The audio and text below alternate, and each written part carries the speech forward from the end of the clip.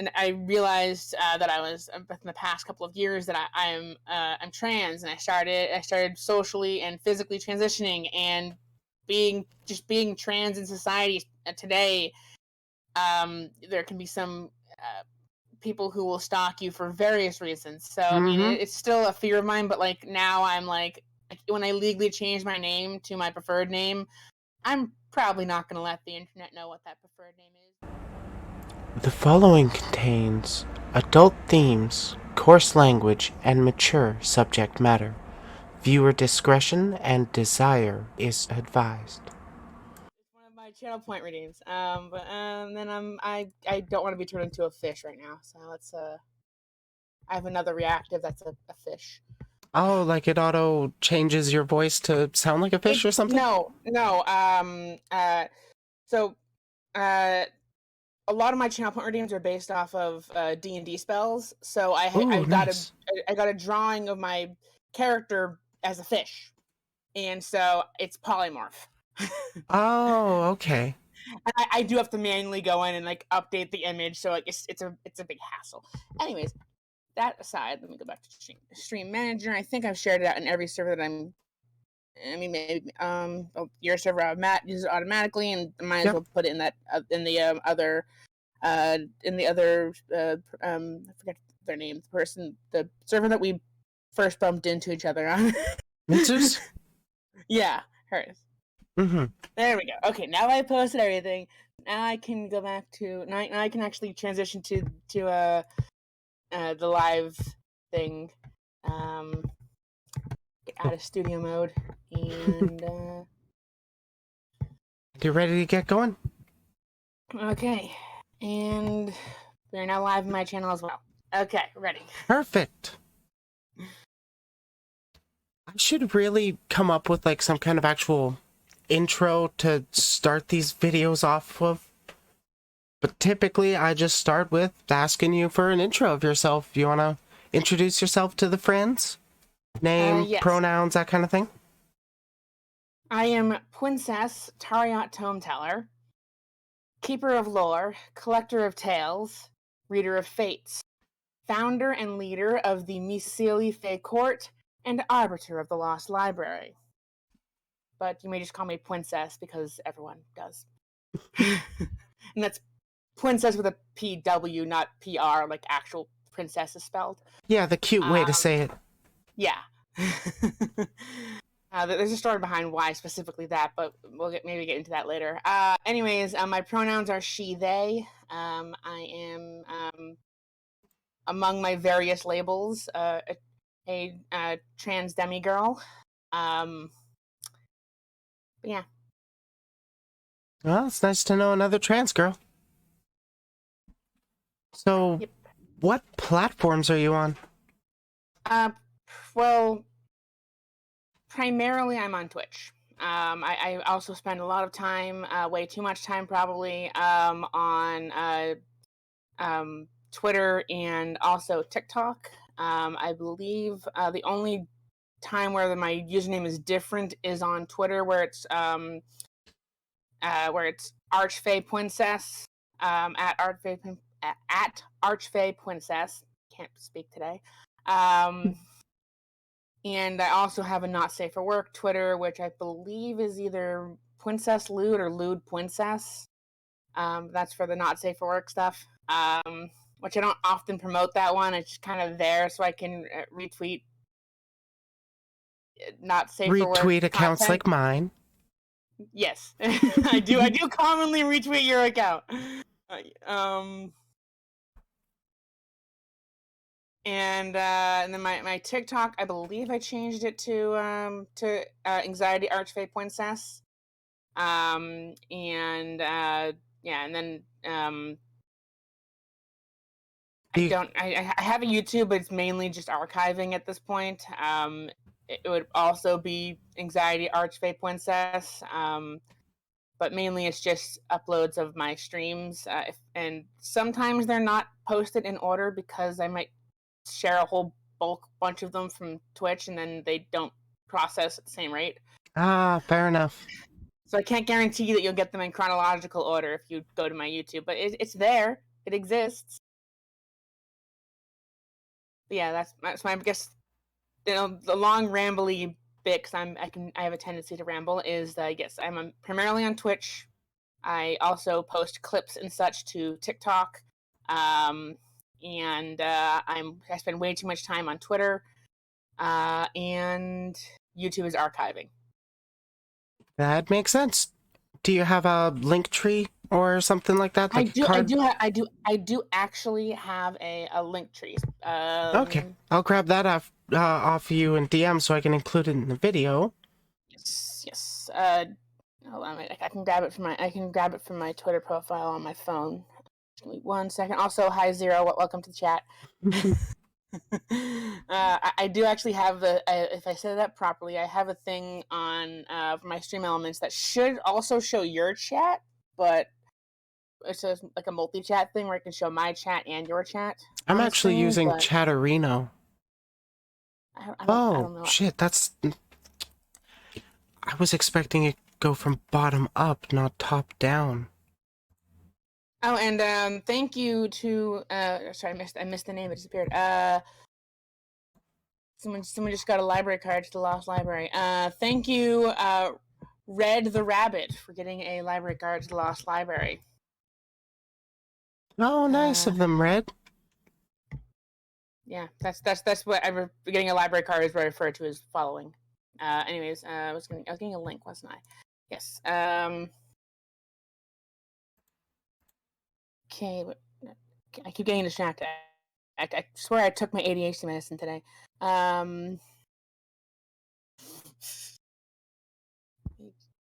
Just okay. Sorry. Let me just These things copy happen. this.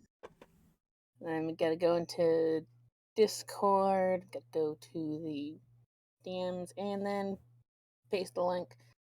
Okay. Well, we didn't need to grab that right away, but that's quite alright. Glad to have it.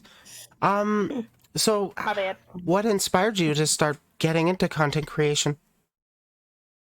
That's a complicated question, because it's been multiple people over the years. If we really want to go all the way back to when I first started, Absolutely. way back on YouTube, on my for the first channel I ever had on, or at least that I can remember on YouTube, I was initially inspired by Smosh, the back in the days of Anthony and Ian, not the current present day I remember Smosh. them.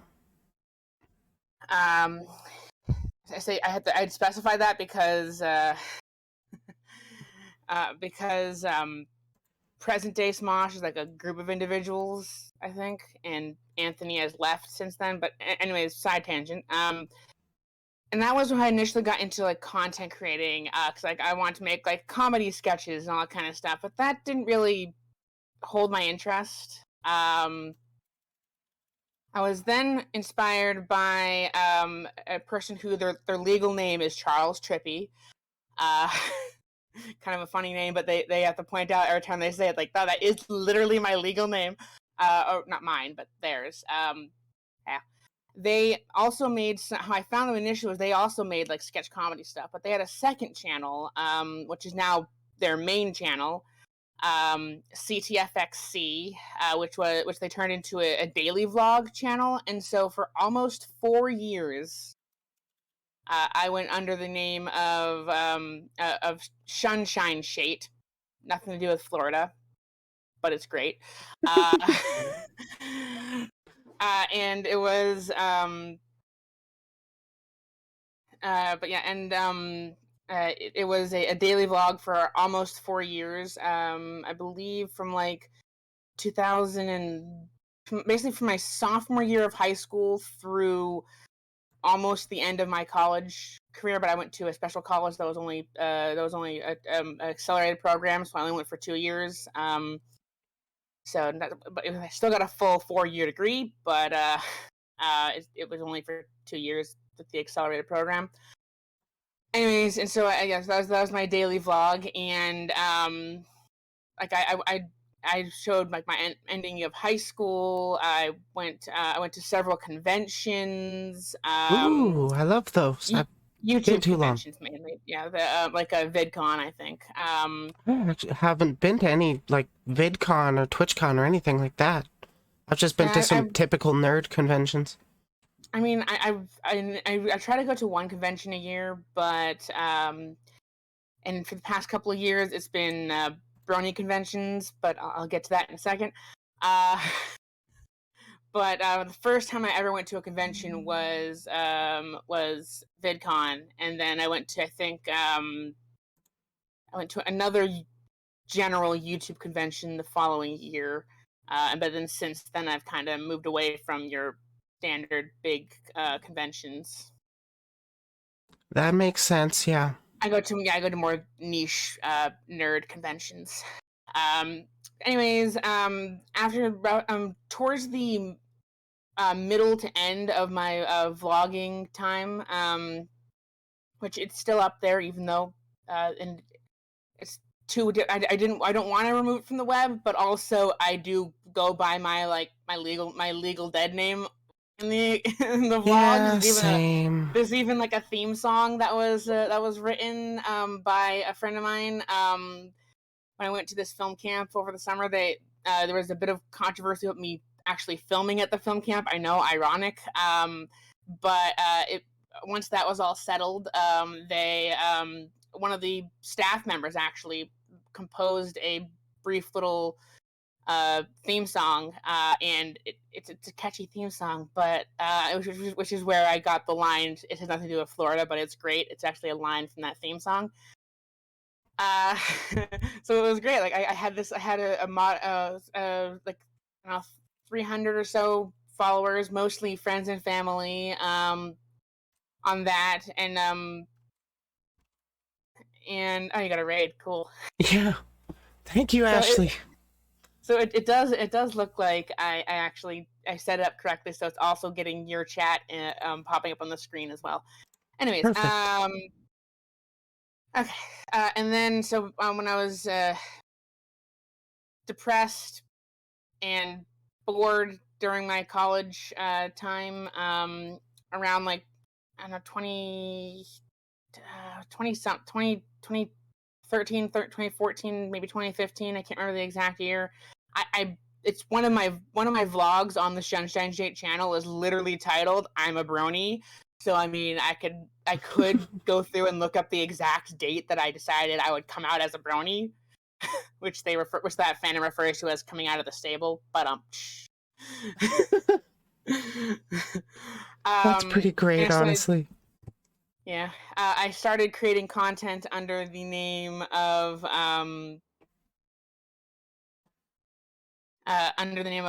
Comic Sans Pony, because when I joined the fandom of My Little Pony, it was in roughly the 4th season of the Friendship is Magic series, Generation 4.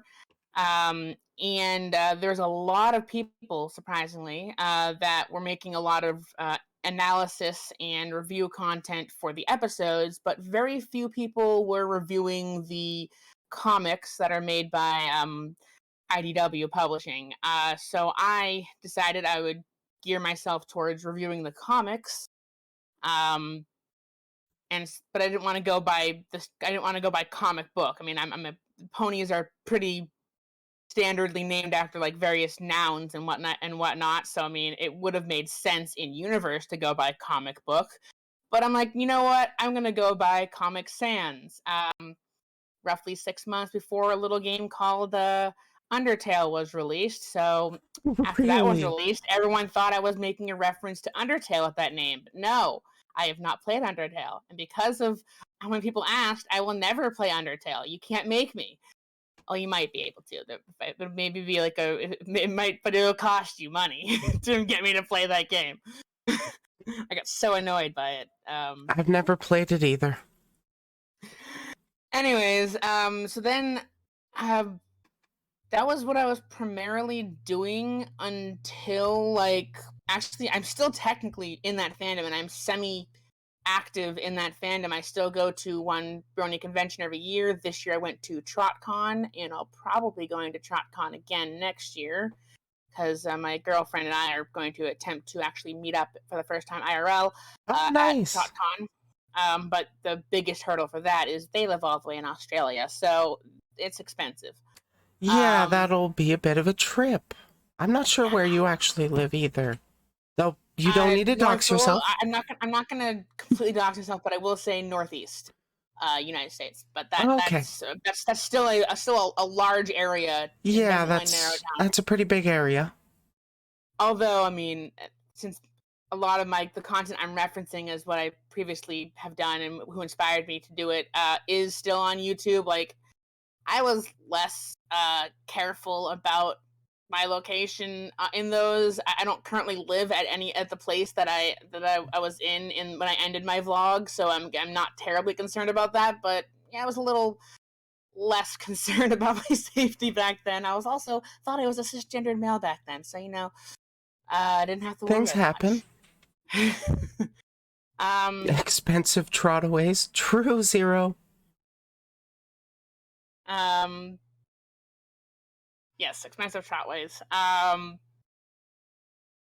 Anyways, and then so I kind of got a little bit burnt out in My Little Pony stuff because I made the brilliant idea to be like, I'm gonna review each individual comic instead of the 4 to 6 comics that are an arc of one solid story. That's a lot of comics. There's that'll burn you out. Yeah, of the I think the original run of the main series of the My Little Pony IDW comics, there was like, I don't know, 40 or 50 total comics, maybe more. Maybe I think they were somewhere in the 80s when they ended that series. But yeah, and it was with comic arcs running anywhere from 1 comic to like 6 comics depending on the story. Yeah, it was a lot. The only thing I'm still currently doing in My Little Pony is in the weird crossover fandom of Fallout Equestria under Nuclear Horseman Studios. I do produce a series that explores the lore of the very strange crossover universe between Fallout and My Little Pony. You'd think Technicolor Post-Apocalyptia would not work, but it does. That I make it sounds pretty interesting, not gonna lie, and I'm not even that big a fan of My Little Pony, to be honest. There are fans of Fallout and not My Little Pony that like the story. There are fans of My Little Pony and not Fallout that like the story. Yeah, it just takes the bloodshed, gore, and violence and stuff from Fallout and puts it over the Technicolor backdrop of My Little Pony, and surprisingly has spawned what could honestly be its own entire fandom. That does sound amazing. And that content is the content I do is a series inspired by the Shoddy Cast's lore series for Fallout, but it's a character within the universe of Fallout Equestria, kind of expositing the lore, and that has been slow to produce, especially because I was wearing a whole bunch of hats in production for that. Like, I was the writer, I was the editor, I was the this, that, and the other thing. So we kind of went like a year or so without any content, but we're finally getting back into that. And then finally, my long, rambly, what inspired me answer is coming to a climactic conclusion with what inspired me to be a VTuber. Well, that's a difficult question. I was aware of VTubers for a while. My best friend, the music that was playing before the stream started, that's his music. He watched a couple VTubers, whatever that Shark Girl is, and a few others. You mean Shy Lily? No, not Shy Lily. No, Shy Lily is, I believe, a whale girl. Yeah, she's an orca. Yeah, I'm talking about like Gara. Yeah, Gara. Thank you, Zero. Yeah. Gara. It's funny because I have both the chats popping up on screen. So Zero posted in both of our chats, and it popped up twice. It's showing up on mine too, because I actually have your chat visible on my stream too. Yeah. yeah, so I was aware. I just bumped into something that was nearby my desk. I was aware of VTubers for a while, but and I did try to get into streaming just in general, where I would, with no video or image representing me for a bit, but I kind of stopped doing that, and then Twitch deleted the videos because that's what it does. Yeah, they don't keep them very long. But then Oh, Zero, focus on your work. Oh. yeah, then I got into a car accident back in April. Oh no. It was me versus wall because I was unfortunately distracted driving. Uh, that's important to this story because though I made it out with a total car and some contusions, I was eventually found a hairline fraction in my hand, and because of that, I was out of work for a month because apparently, if I can't lift up to 25 pounds with each of my hands, I can't be a janitor.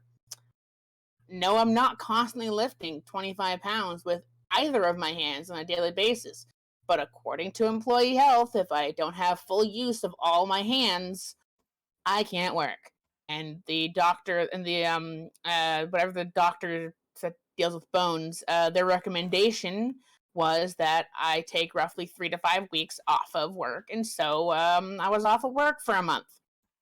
While I was off Jeez. of, and this was the month of June, so I mean, at least it was Pride month. I got to go to all the Pride celebrations without being inconvenienced by work. But That's a silver lining. yeah, silver lining. But I was just browsing Twitter because, as I previously mentioned, I'm on Twitter far too often, even when I should probably be sleeping or doing other stuff. Mm-hmm. Um, I'm the same way. and I saw that my friend, who I knew from the Brony fandom, I saw that he was having a debut for VTubing, and like I'm like, okay, I'll support a friend. I'll show up to his debut. This friend is Giraffistev. If anyone wants to follow him in my chat, you can type !longboy, boy spelled BOI. Yes, I do have a Long boy. specific. Yes, I do have a specific command just for Giraffistev because I credit him as a major inspiration for getting into VTubing. And so while I was there for his debut he's a giraffe VTuber. While I was there for his debut, I was talking in the comments with the person who modeled and rigged his giraffe model, and we Oh, got to nice. talking. They didn't initially do commissions. It was kind of like they were friends with Giraffistev, and so it was kind of like friends working on like a project together kind of thing.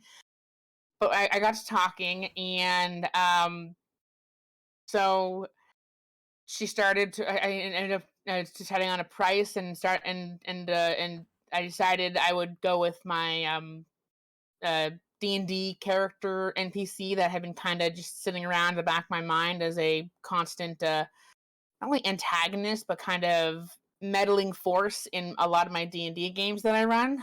Tariot Tome Teller, at the time, Madame Tariot Tome Teller, but I've since changed the Madame to Pwincess to more align with my more align with my Okay. Twitch name. But the rest of the long ass name that I have for her, like Tari Tonteller, first of her name, yada yada yada. All that stuff is like was actually part of the character, in the character's backstory, because I had this whole backstory, and a lot of the VTubers that I started watching, like then a friend of Drafstev's, Kohai. They had a re-debut, and so I watched that, and then I started watching Kohai, and then Kohai at one point raided into Soul Kaya, and then Soul Kaya commonly collabs with Lilith Plus, and it was just like just spiraled out of control, not really out of control, but just spiraled from raiding into one person, or they collab with another person, and so I just started following a bunch of VTubers. Now, most of the people I follow on Twitch and even Twitter are VTubers. And so I initially was like, okay, I'll wait till my model is done, and then I'll start. But I started to get back into streaming, and then I'm like, you know what? I have this one drawing that I got from a YouTube, not YouTube. I keep messing up which social media. A Twitter artist who is somewhat not safe for work artist, but they do safe for work drawings as well. A trans artist actually, named Offline April. Oh yeah. They had open commissions like over a year or two ago, and I got Tariot drawn, which is the image you're seeing now. The actual image that I got drawn is the open mouth version of the reactive. I had to go in and edit it to make the mouth closed, which is why it looks so weird when the mouth is closed. Well, I mean, use what you gotta do. I am not an artist. Oh, so... neither am I. I did my outfit by myself, if you can tell. Like I had another commission from the same artist of like what I refer to as like my ideal trans self kind of thing, which also has an undercut hairstyle because I just love the undercut hairstyle. It is a really good hairstyle. It's also very common among trans femmes, apparently. Like surprisingly common. I'm blonde. I can't talk.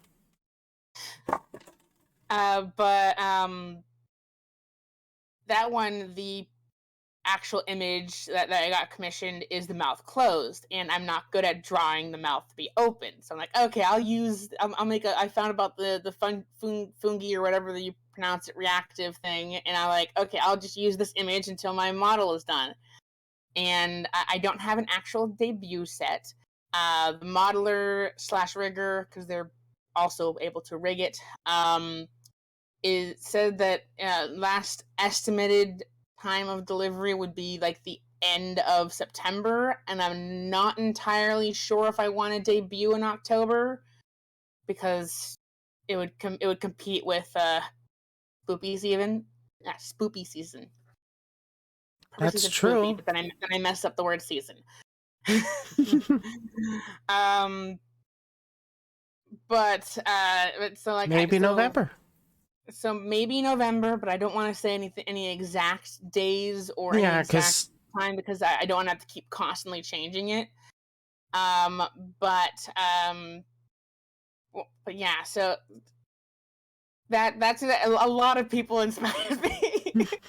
Sorry, I kind of got a little lost the plot there a little bit. So earliest inspiration, Smosh, then Charles Trippy / CTFXC, then my friend Giraffestev, Kohai, Kia, Solkaya, Lilith Plus. Let's see, who else do I commonly watch? Just the CEO,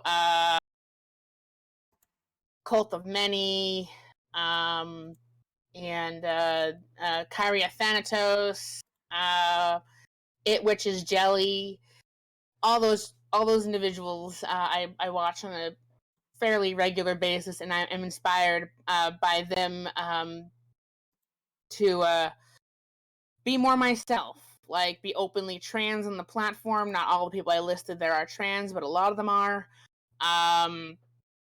Like openly trans or LGBTQ in general on the platform, talk openly about my experiences in regards to that.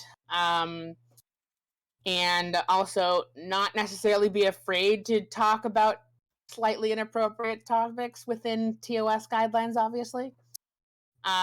Yeah. So I mean, yeah. So I sorry for rambling on and on, but that's those are the various people over the years that have inspired me. That is quite a wordy response. I wasn't expecting that, to be honest, but honestly, I do appreciate the chance to get to know you a little better. On to, what, question 2? Oh my god, we're on line question. How long have you been creating content? Well, I mean, I guess I did technically answer that in the answer to the last question. since About the a quick summarize? since my sophomore year of high school. Oh. Okay, so that is Again, a bit. I'm across various names and personas and channels and et cetera, but actually I think even earlier, possibly even just my freshman year of high school. And how long ago was I graduated from high school? I think in like 2013. And then so 4 years prior to that, roughly. I think I was even maybe doing some stuff back in middle school. I've been online for a while. Me too. So yeah, let's just say since 2005 when YouTube first existed. You've always had that bug, huh? Yep. So, do you have a goal with your platform? The goal is to spread positivity and support for trans individuals and generalized LGBTQIA plus individuals. But as far as more like physical goals, it would be nice to be able to be a streamer full time. But I mean, that you need to be like you need to be like Hollow Live to be able to do it on a professional, I guess, basis for where it's the only thing you do, and all your revenue um comes from like subs and ads and promotions and all this kind of stuff. But Hollow Live, as far as I'm aware, is like a corporate VTubing thing, so they have a lot of money I don't backing them, know I about guess. that myself. Zero might, but I don't personally follow Hololive. I do know that a very small percentage of content creators do make it to that size, but there is a decent amount of people that make quite a fair amount of cash Yeah, without I being like mean, the biggest. But it is something that's very hard to be able to sustain yourself with. yeah. When I I was mean, that making is the YouTube dream, things, though. my first, like I for the longest time, like even though my parents were not the biggest supporters of it, I'm like, I want to be a YouTuber. Yes, I was one of the first. Like I was the like late millennial generation where you have aspirations to make it big on YouTube. Yeah, kind of that optimism has dulled over the years. Not necessarily because not necessarily because like I'm not as motivated. It's just like I had to face reality that um I had to face reality that not everyone can make it big on in some platforms, or it takes a lot of effort and time, and you need to pay bills and you need to buy food. And I was lucky enough to be in sort of a upper middle class with my parents growing up. My parents, so like, and for a while my parents were assisting me with, like, they would cover my groceries or my medical expenses or my car. But now they're slowly but surely cutting me off from that stuff. So when I started VTubing, I'm like, okay, this is a hobby. This is a hobby. If it goes somewhere, cool. This is a hobby. So Yeah, that's honestly the better yeah, attitude to take to content creation in general. Do it as a hobby, keep consistent, and you'll grow.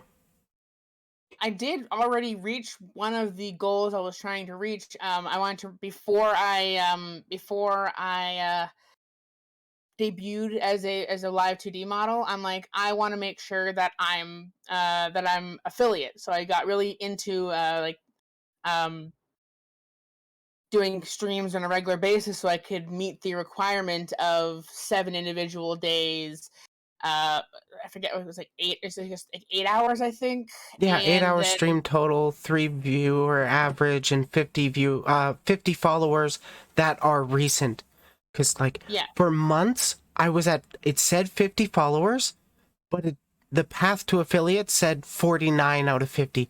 Cause I had one friend that followed me years ago, but then we never touched Twitch until recently, and then he never went back onto it. So I actually had to get to 51 to get to affiliate. Oh, it was annoying. I had about like 10 or so people following me from like my first attempt at long-term streaming, like a year or two ago, but the account that I'm currently using has been renamed since. It was back when I was still primarily a brony, and I was like, I'm gonna stream under the name Comic Sans Pony because Twitch is such a nice platform. People totally won't not like that. Oh yeah, they're so welcoming and accepting here. I mean, even being trans in the platform can kind of bring on a lot of hate. I am lucky that I haven't actually encountered any of it yet. Knock on wood, I suppose. I'm honestly But expected to get more hate. yeah, actually, I'm like, oh, okay, good. Everyone's supportive. Phew. My anxiety about everything is definitely alleviated. But yeah, I finally reached the affiliate. I got the 50 recent subscribers, or subscribers followers. You don't get subscribers until you're affiliate. Yeah, Fairly easily. Easier than I thought it would be. I thought that would be the difficult one, but turns out the difficult thing to get was that 3 average viewers. it really is the hardest part. And while I can't 100% guarantee that it was that stream, you raided me when I was playing. Slime Rancher after your Smasher Pass, and that may have been what tipped me over the edge from like just under three average viewers to over 3 average viewers. Like, yes, finally, I'm affiliate. Yeah, and then like literally the next day you were an affiliate, so I'm gonna take credit for that one. Like, Happy it to wasn't help. even like, what? Yeah, thank you a lot. It wasn't like, oh, I want subscribers, I want to put ads in my videos, Mwah! Money. It was, I want to put my custom emotes. I want to do I just want emotes. channel point redeems. They're really fun. I had some great ideas, and I've been slowly experimenting with some of them. Some of them don't exactly work how I want to, and I had to swap them out. But yeah, I didn't even necessarily care about the possibility of running ads or getting subscribers. I'm like, I want emotes. I want custom emotes. Mm-hmm. That's the big thing. Which I do now have.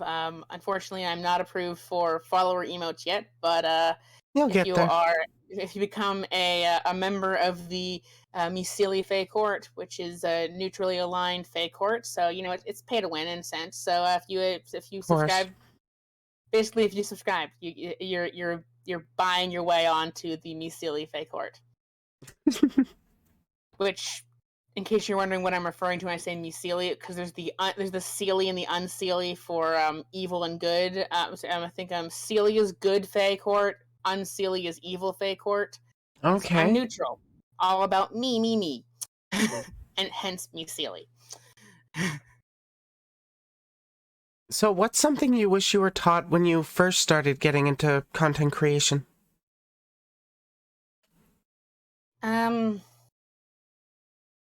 Well, I mean, I suppose internet safety, because like I mentioned when I mentioned my vlogs, like I was using my full legal name at the time in the vlogs, and I was old enough to be on YouTube. I was over 13, but still, I didn't take internet safety seriously back then. Like I understood don't show up to a creator's house. That's definitely a frowned upon thing. A lot of creators at the time were saying that like they were getting mad at their fans, like saying, if you don't come to my house, I will be mean at you and tell you to leave.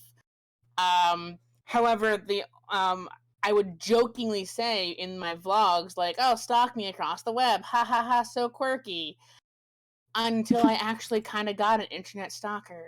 Like, okay, this is actually creepy. I maybe need to establish that it's a sarcastic stalking. It's just making fun of the fact that people are so online nowadays, and that you can kind of follow their every move on like Twitter, but like obviously like they're posting it publicly, so I mean, whatever. I didn't mean actually send me creepy emails with badly photoshopped middle-aged men with like my face on it or your face on it, or leave Or creepy whatever, comments. yeah. Like, thankfully it didn't get so bad to the point I could just block them and move on, kind of thing. Like, it wasn't so bad that like I actually feared for my life, but it was like the first time, like, okay, I need to be careful what I say online. Yeah, that's Like, probably one of the better ways to figure out where, like, you get that kind of situation where, oh shit, somebody's taking this a little seriously, and I should too. But it yeah, doesn't like really culminate into anything terrible. even it was like even like I stopped my vlog, not because of that, but I stopped my vlog, but I still have since done other vlogs. When I went to Brony conventions, like I would vlog and I'd post it to my pony channel, which still technically exists. I changed its name when I transitioned because my OC also transitioned. So it went from Comic Sans Pony to Museo Sans Pony, which, fun fact, is another font.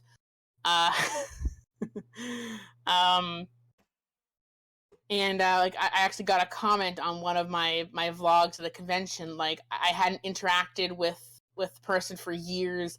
I don't even remember the login credentials for the Sunshine Shade account. I posted a vlog, and the person's name that I recognized as the person who kind of took the stalking of the sarcastic and stalked me across the web too literally. I saw their comment. I'm like, oh shit! How the fuck did they find my new channel? Like, I haven't gone by Sunshine Shade in years. So thankfully they haven't found this channel or anything like that. Yeah, So hopefully they don't, but you yeah, never and know, honestly. you never It's know, internet especially can because be now, scary.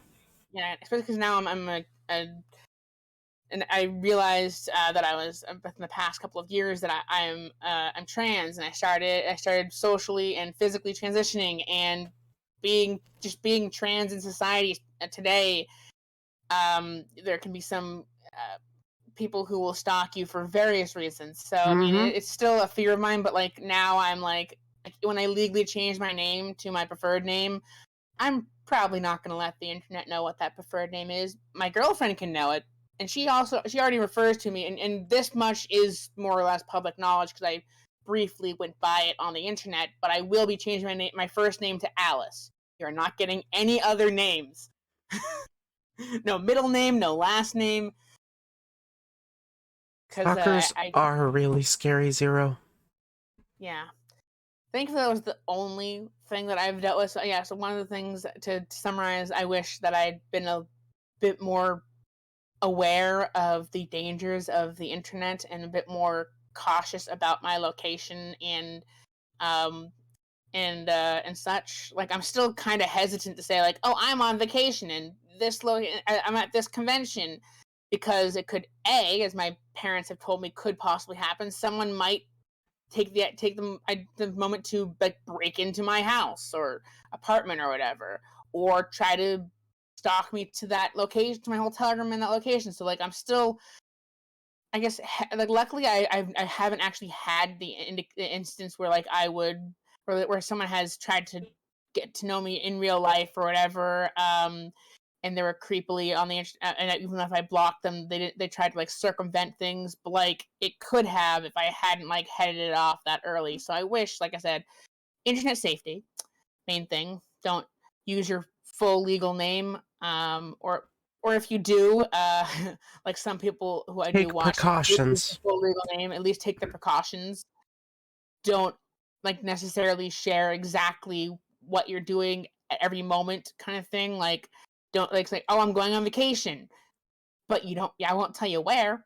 I'll post pictures when I get back, kind of thing, but I won't Mm-hmm. say where. Kind of thing, or like if it's like a convention, at least I know there's some things in play where like they can, like if I notice anything sketchy, I can let like con staff know and stuff like that. Yeah, or you go to conventions with like groups of friends that you trust, so that Yeah, that you're too. never really on your own in a new area with tons of people. Yeah, that too. And then I guess another thing that I wish I had been taught going in is a work-life balance, because that's probably how I got so burnt out on My Little Pony related content. Was like, I'm gonna release one every week. Okay, that's a little exhausting. I'm gonna release one every 2 weeks. Still kind of exhausting. I'm gonna release one every month. Surprisingly, still kind of exhausting. I'm gonna get maybe 2 out in a year. You gotta give them that drip feed of content. And then when it came to like streaming, like because I was stuck out of work for a month, I'm like, I'm gonna stream every single day. Yeah, that didn't last long. Okay, I'll stream on Saturday, Sunday, Tuesday, and Thursday. Because of my work schedule, I have to do Tuesdays and Thursdays in the morning. I'll totally wake up in time for that. Yeah, I know that also has been removed from my streaming schedule. I can't get up before noon, which is good for my work because I work nights, but still not good for streaming in the morning. So unless I fix my sleep schedule, I'm permanently not doing any Tuesdays and Thursday streaming unless it happens to be the day I have off, which does occasionally happen. Yeah, but So yeah, those days work-life are balance is infrequent. missing. So how do you like to spend your free time not working on content? Wait, there's free time not working on content? No, just kidding. Work-life balance. Anyways, um, well, spending too much time on Twitter, browsing TikTok, playing video games that I started before I actively streamed things. Or playing video games that even if I were to stream them like after owning and playing the game for X amount of time, it wouldn't be detrimental, such as like Mario Kart or Super Smash Brothers, or kind of like sort of stuff that you can just play and there isn't necessarily a story that would be disrupted if you play it off stream. And then the ones that do have a story, I'll like play those often. Like I kind of want to stream Tiny Tina's Wonderlands, but I recently did just complete that before I decided I would start streaming. So I'm like, okay, I don't want to replay it right now. Yeah, We'll that's get to it fair. eventually. Come We'll back get to to it it after a eventually. while. What I eventually want to do is stream Borderlands 1, 2, pre-sequel, Tales from Just the entire 3, series going, yeah? and then Tiny Tina's, especially with the new Tales from the Borderlands coming out. Like, it's going to be back in the public consciousness soon, so might as well Ooh. capitalize on that. Yeah, I follow Borderlands on Twitter and YouTube, and they released a trailer for a new Tales from the Borderlands, which I really like that first one. like The weird one from titling Telltale, right? convention, but okay. Also kind of weird that they're making it in-house, and the last one was Telltale, but then again, Telltale went under, so I guess they have to make Hmm. it in-house. But it looks like they're sticking with the same kind of concept, where it's like within their engine, within their universe, but sort of like that visual novel style kind of thing, where like you can choose the dialogue trees, but it looks like they're going from having 2 people to having like a 4-person story, which is gonna be interesting. Do you get to choose one of the people and follow them through the entire story, or is it going to jump back and forth between the 4 of them like it did with Reese and whatever the other person's name was? Oh, Telltale's back. Oh, Sorry, that's awesome. maybe they maybe because Because someone I thought they... in my comment section, uh, uh, uh cynical. I think I'm pronouncing their name correctly. They are. Sensical. Is that in your comment section or Yeah, my that's in comment my section? chat. It popped up on my screen, so I read it. Yeah, apparently Telltale is back, so it's possible that Gearbox is working with Telltale for that. But Oh, interesting. They make Monkey Island and The Wolf Among Us, too. okay, good. I mean, for a while it was a little bit of like it was really a little bit like, oh, Telltale is like buying up all these properties. How can they afford it? Kind of thing. It's like, well, they went bankrupt. That's how they could afford it. They couldn't. So it's good to see them back. Either under a different name, but same people, or the same company, same name, restructured. Yeah. But anyway, I don't know so the yeah, details. Is there any with kind of... Go ahead. I was saying, so yeah, basically with new Tales from the Borderlands, I'm probably gonna. I forgot the question. You're Play the probably going to Borderlands series go again. through that entire series on stream? Yep. I Okay. might allow like the chat to decide any like majorly defining things. Like if a quest line has multiple endings, chat can choose which ending I choose. If I Ooh, that recall, might be a good idea. Borderlands has been a little bit more on the rails as far as plot lines go. Like you can't really like Yeah, deviate majorly, but like with the side quests, at least there's usually some have multiple endings. So that's what I've been doing for Outer World. I played that game twice already, and so I'm letting chat more or less choose the major plot developments. okay. Is there a type of content you've wanted to make or see but feel like it's too niche? I mean, technically, I've already made it. My Little Pony or stuff is pretty Yeah, niche. but like anything else? um,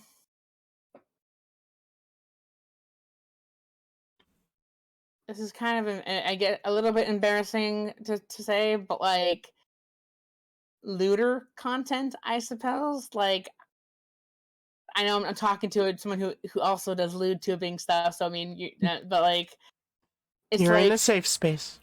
yeah, it's like I've talked with my girlfriend and stuff like that about doing more like lewd stuff. I'm not gonna get into details of what specifically, but like That's good, because Twitch. I've I've wanted to, but at the same time, because of like issues I have with my own body, and just in general, like again, internet safety things. I'm a trans woman, like doing lewd stuff online. People might go, "Oh, see, you're just in it for like the sexual side of things." Like, no, I'm actually asexual, but might as well capitalize on my body. But so I I mean, if it's guess something you want to do, you just it's gotta something take I would precautions and do it. like to do, but I don't know if I will. At least not anytime soon. So don't expect me to open an OnlyFans anytime soon,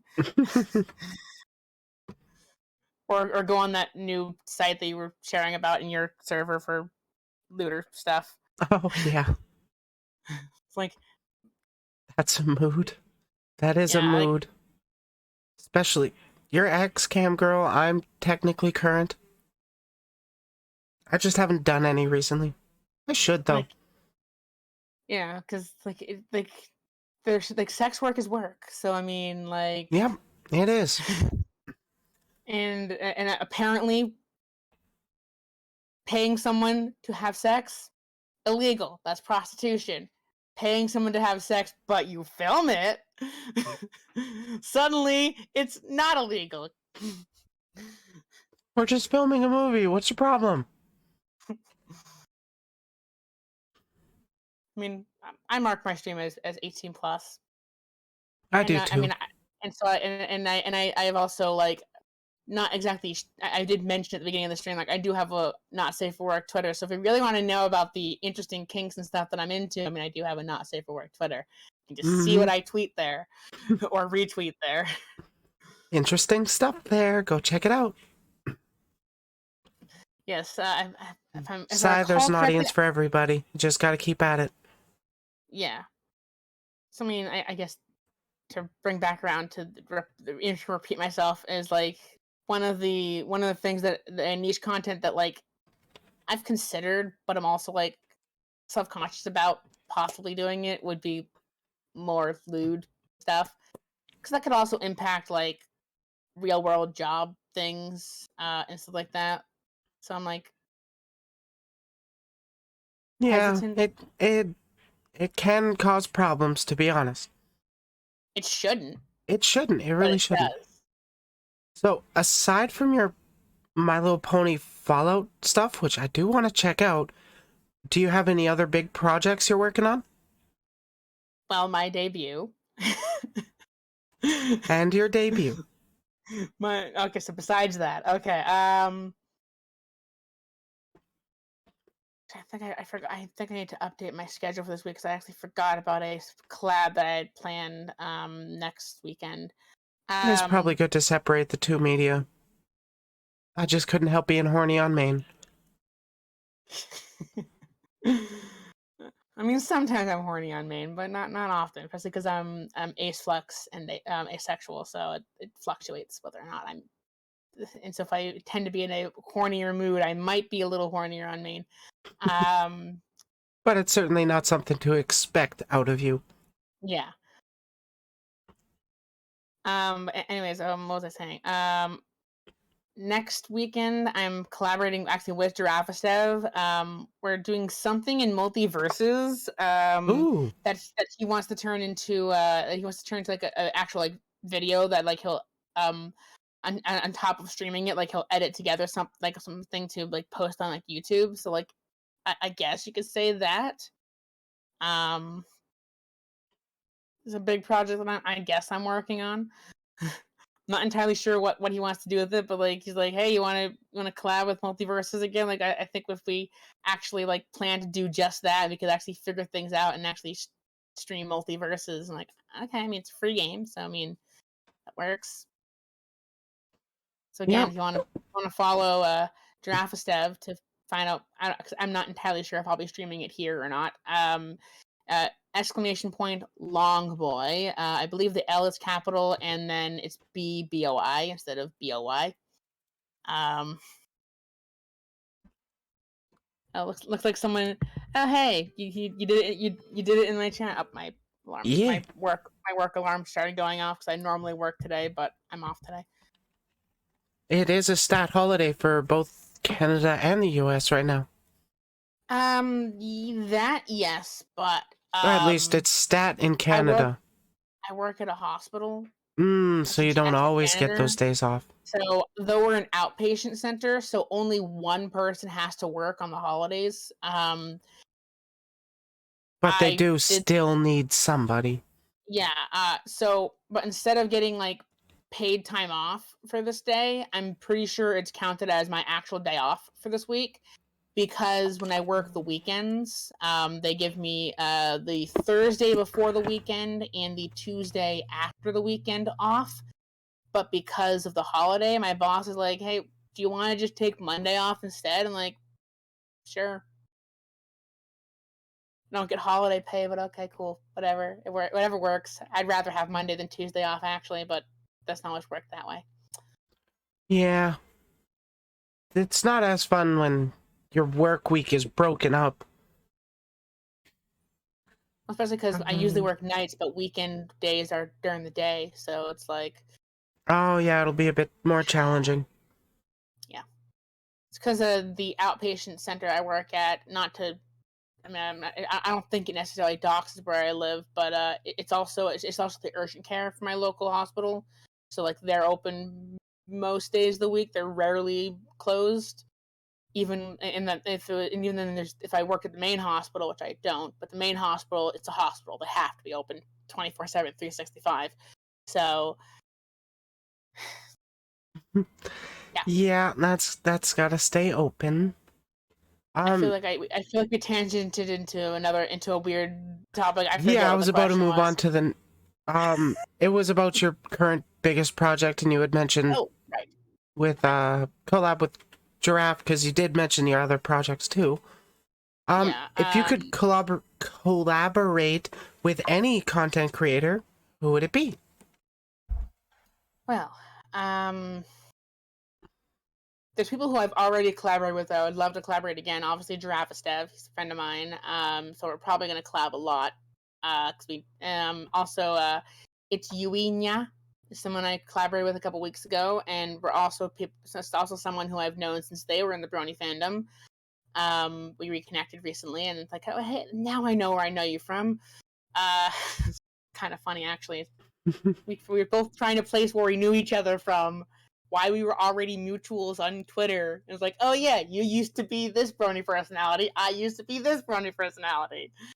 But also, a lot of the same people that I listed under my inspirations in VTubing, that would be Soul Kaya, Lilith Plus, Kyria Phantos, It Wishes Jelly, Virtual Kohai,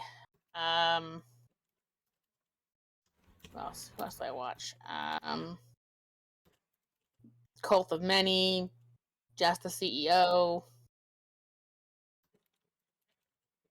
It's a whole bunch.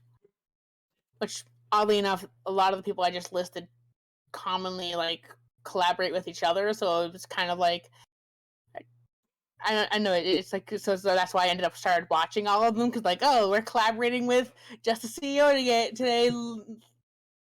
Put this exclamation collab in the comments and go to his channel, and like, okay, cool, I guess I'll go to Jess's channel and follow him there. And then I started watching and like, oh, this is a pretty funny guy. So I mean, basically, it's like that's how I found all of them. So I thought through each of them, so like they're all like, it would be cool to collab with them. I just don't know if they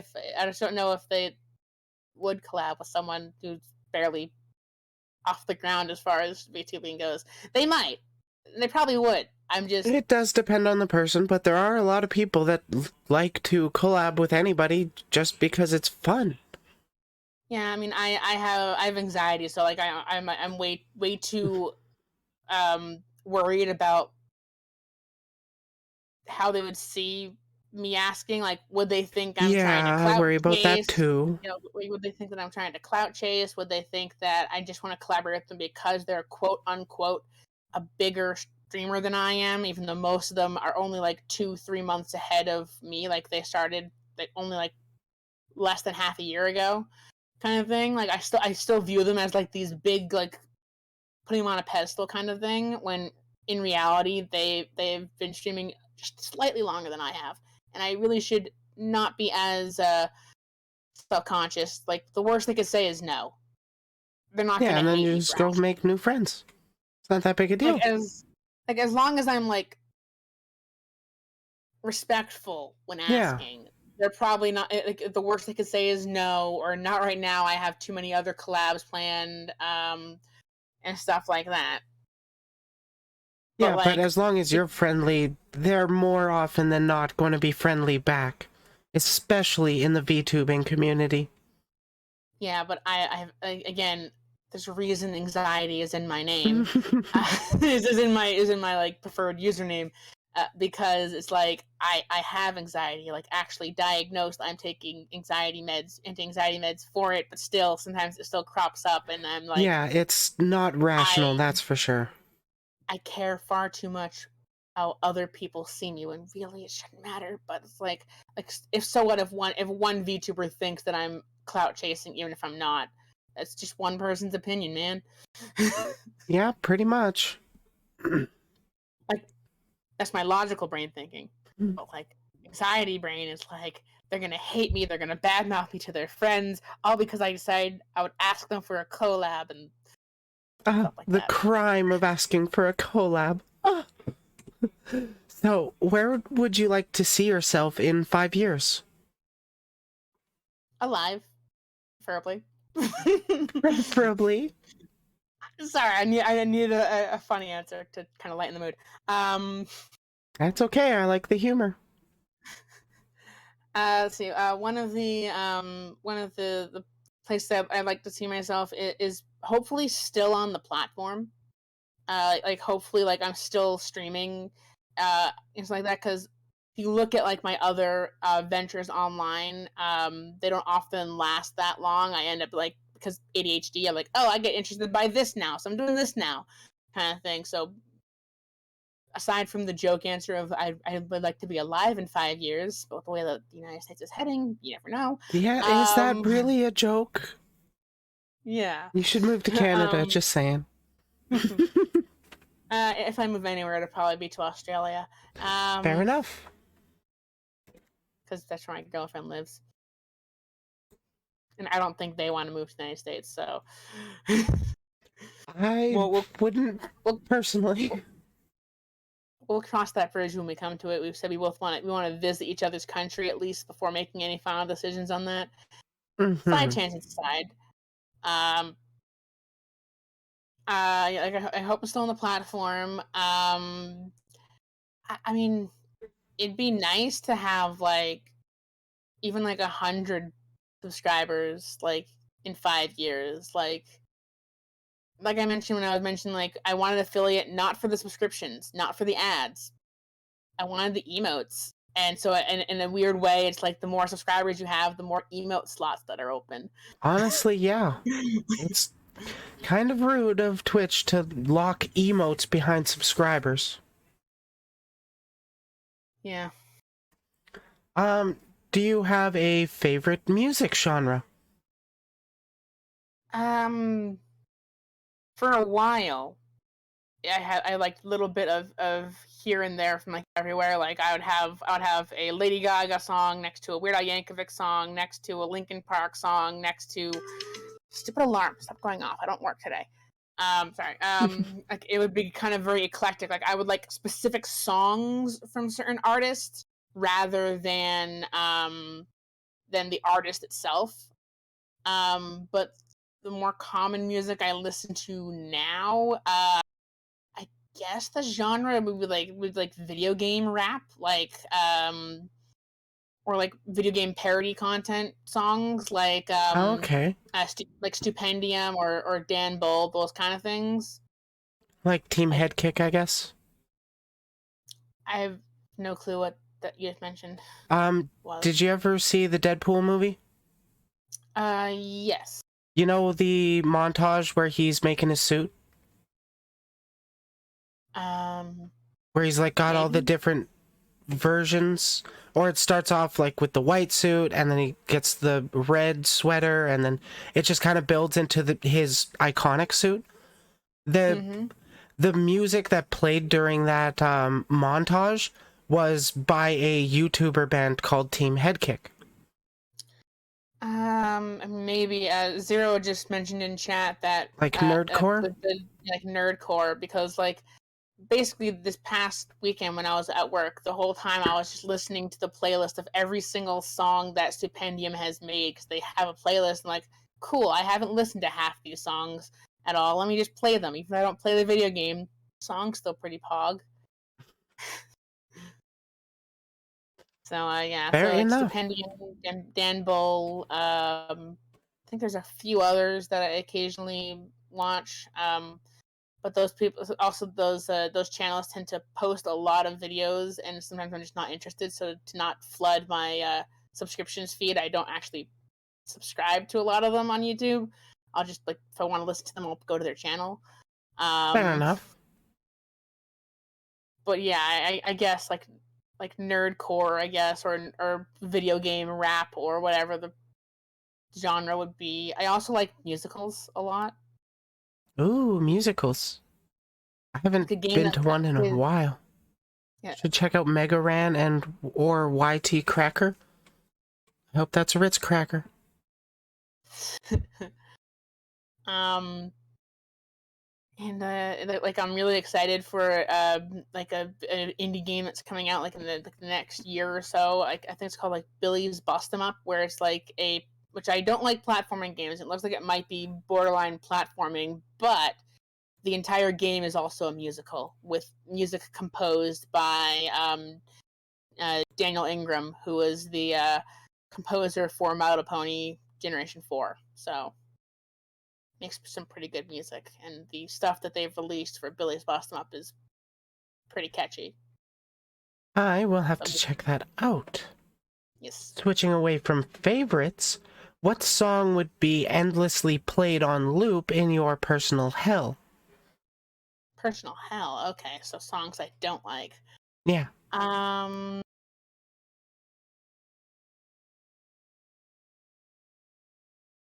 I don't know the name of the song, but it literally says in the song like, "Oh my god, the song is annoying. It gets stuck in your head." It's like I don't know the exact song, but it was like one of those like meme songs from a couple years back. Oh my word, it's Okay. truly annoying. I probably have heard it, but it seems my mind has blocked that from my memory. Good. Lucky me. What skill would you say has taken you the longest to improve? I don't think that's not no because everything is awesome is actually I like everything is awesome. So maybe it's another song from that movie that I'm just not remembering because I know Red it's is saying Lego Movie 2. Everything was awesome was from the first one. I haven't actually seen the second Lego movie. because I mean I like the songs in Lego Movie because it's borderline a musical itself. True. Because of the songs because they're actually in most cases sung by the characters, so it counts as being like a musical. Yeah. Um, And Everything is Awesome was Lonely Island and Tegan and Sarah. Love Tegan and Sarah.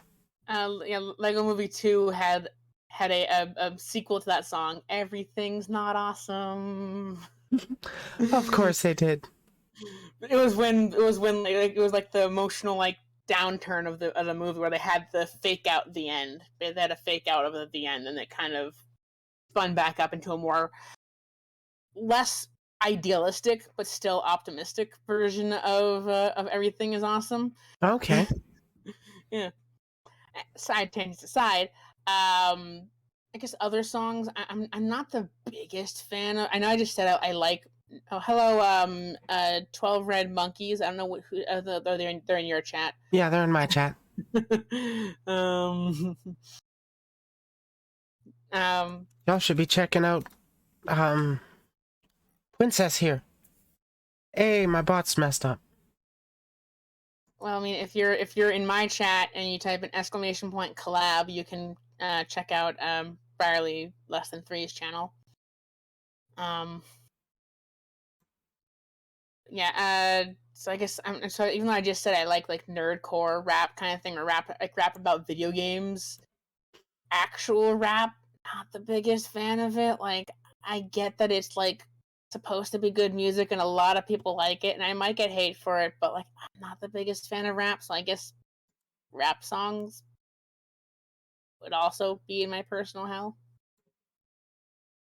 Fair enough. I do listen to some rap myself. Like I said, I have a couple songs that probably could qualify as rap that are not video game related that I listen to, but like for the most part, not the biggest fan of rap. Fair enough. Fair enough. What skill has taken you the longest to improve? Self confidence. That's a challenging one, yeah. I still don't really have much of it, but especially since like being like I'm here, I'm queer, and I have some fear. Oh, that's a lot of emotes. That's a lot of emotes. I think Zero likes you. Zero likes me too. Yay! But yeah, like definitely. Yeah, self-confidence does take its time to build. Not enough emotes.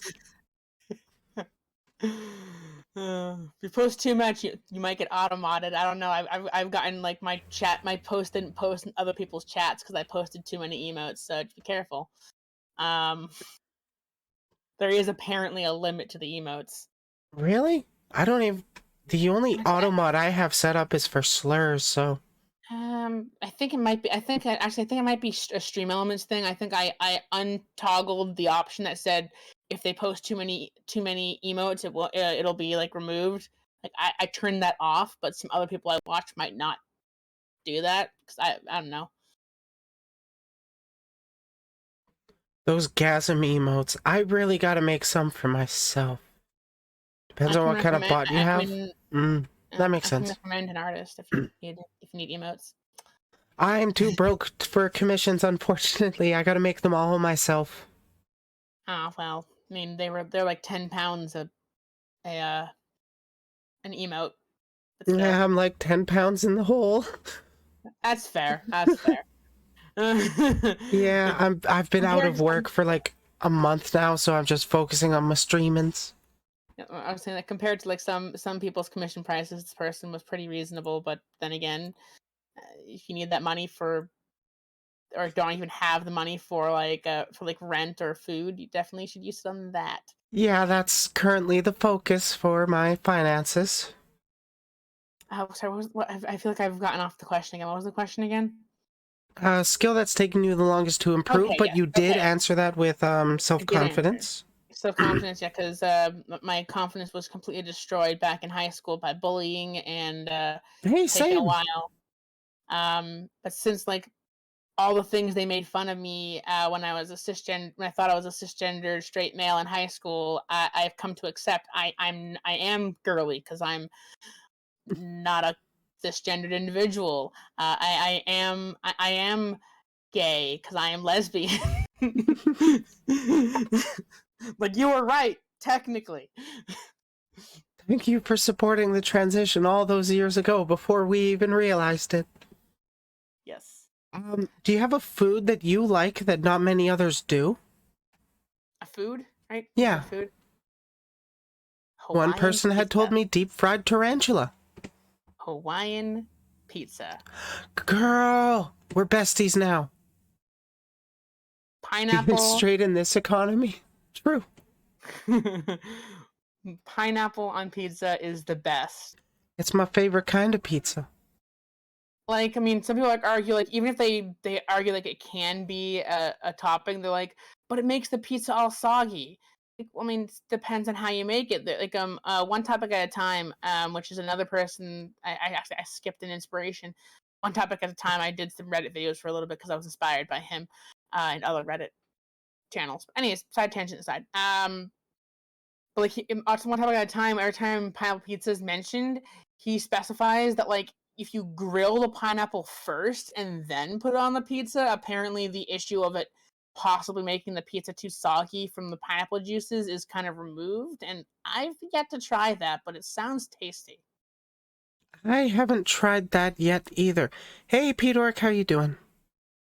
But I do love my pineapple. I honestly never really have an issue with, oh, it's too soggy. I love tons of sauce on my pizza, and I love tons of pineapple.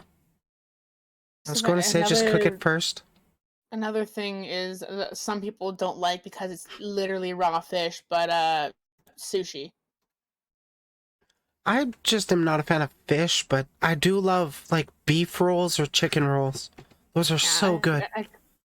Like saying that you like sushi isn't necessary is pretty mainstream, but like there are still like my brother's husband didn't eat sushi for the longest time because they weren't a fan of fish, but now they eat sushi. That's the only time they'll eat fish, kind of thing. I have tried the fishy sushi. It's not for me. The non-fishy stuff like chicken or beef, oh, I love those. Or the purely veggie rolls. Zero's recommending sweet potato and veggie. Those do sound good. Not a huge fan of sweet potatoes because a potato should not be sweet. I will die on that hill. I hate sweet potatoes. Fair enough. What does your ideal breakfast include? Thing is, I sleep through everyone's typical idea of breakfast.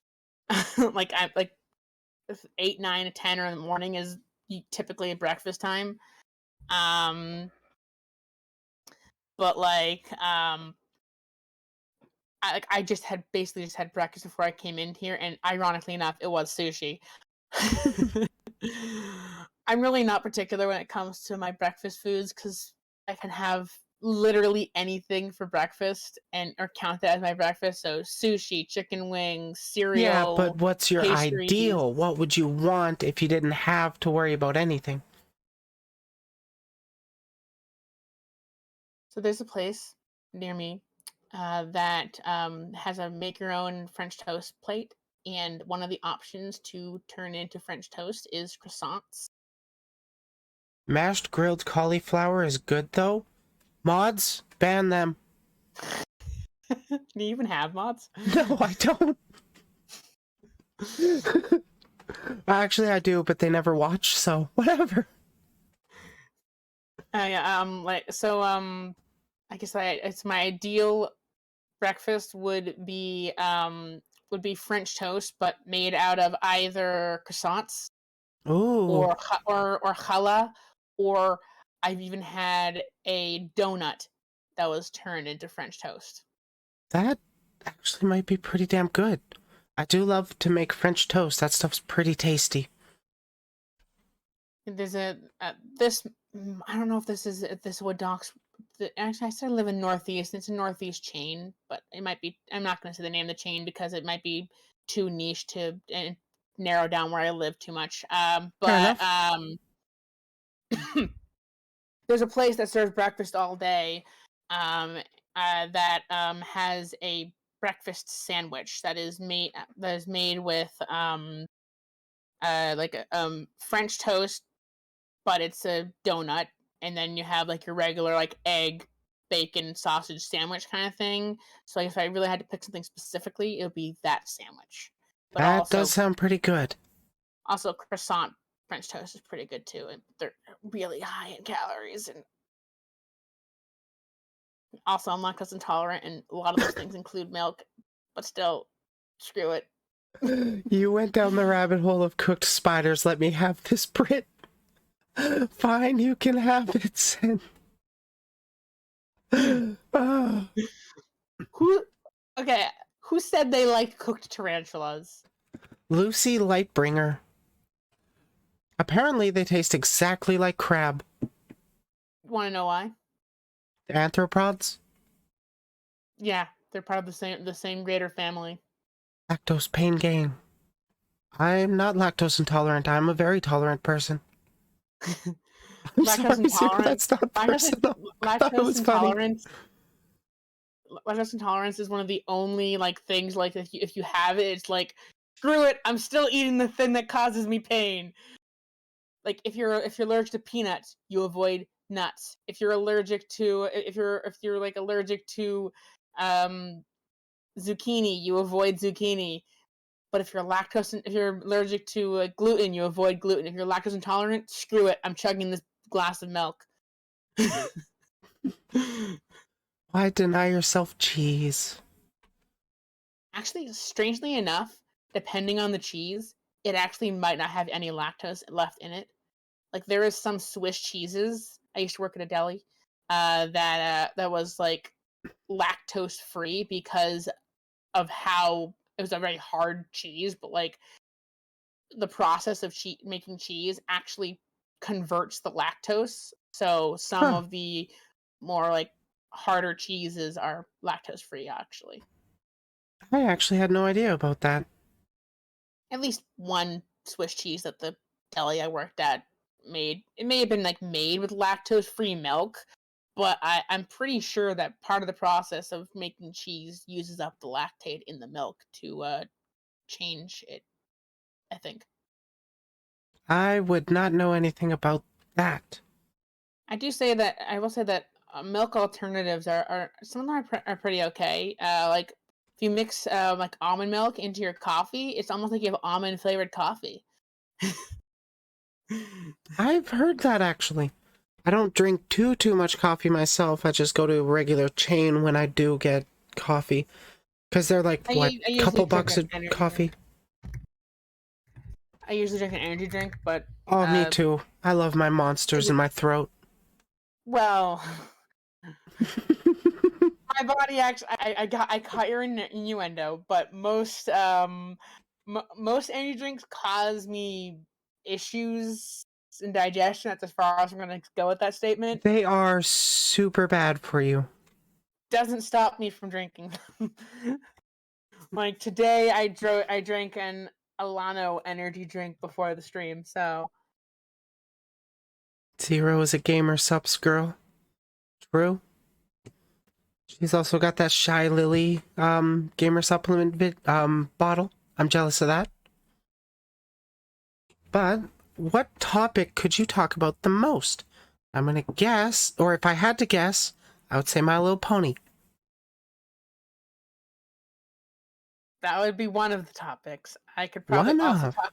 I could also probably talk about Fall Equestria, which is technically a related topic. I could talk about the timeline of the Fallout video game franchise or the timeline of the Borderlands franchise, Doctor Who, um, um, any anime that I'm currently watching, Tengen Toppa Gurren Lagann, or like uh, Rosario plus Vampire is the one that I'm currently rewatching, even though it's a very ecchi anime. Um, no actual genitalia, but a lot of gratuitous panty shots. Um, but That's I'm not lesbian, so surprising. that's great. Although they're in high school, so maybe that's not that great. Yeah. It That's can get like, problematic territory, not gonna lie. never mind. Forget I mentioned it. Oh shit. Oh Let's move no. forward. Who's the most interesting person you've I'm ever met or sorry. interacted I'm with? sorry. No. Don't worry, I won't cancel you directly. So you're gonna cancel me indirectly? Yes. Not intentionally. Dang it! My anxiety is gonna be all gonna be all over. I mean, I was kidding about there is a lot of panty shots in Rosario plus Vampire, but that's not the reason I watch it. It actually has a somewhat interesting story, surprisingly, for an ecchi harem anime. Unfortunately, it was canceled after 2 seasons, so The the best story ones is not always are. complete. They canceled too early. High School DxD is another great anime for a surprisingly in-depth plot. Also got like canceled after like 5 seasons, I think. That one actually had to the point where, depending on which dub you're watching, they might actually have to censor boobs and such. Yeah, it really varies depending on where you are. But yeah, I could probably talk about and I could talk about those ecchi animes because I'm the weirdo that watches ecchi animes. I do too. But yeah, So I should watch more, moving on. honestly. Moving on, as I think I successfully dug myself out of the hole that my jokey comment about Rosario plus Vampire put me in. Let's just move forward. Yes, I'm awkwardly staying on the subject when I really shouldn't. Yeah, and plus I've asked the next question too. Who's the most interesting person Shit. you've met or interacted with? Don't worry, I'm having fun. I mean, seriously, on a side tangent, I really hope I don't get canceled for that comment. I was joking. But anyways, most interesting person I've met. I think I would definitely count you among the interesting people I've met. Mostly because I don't really know many other people, know many other Vtubers on like a personal friend basis. And that's interesting in of itself. But I've met a lot of interesting people. Like my friend who goes by the Looney Turtle, like he's a great voice actor and a friend, and he's pretty interesting. My girlfriend probably top the list of interesting people, just because of a totally unbiased reasoning of I'm dating them. That's a pretty good reason, honestly. If you could have lucid dreams, what would they be about? Question. Stereotypical trans girl answer here. Me being fully transitioned female. Uh, that's the simplest answer I can give. Maybe exploring outer space, or like being in like a fantasy world with like magic and stuff like D&D. Maybe going to my D&D world.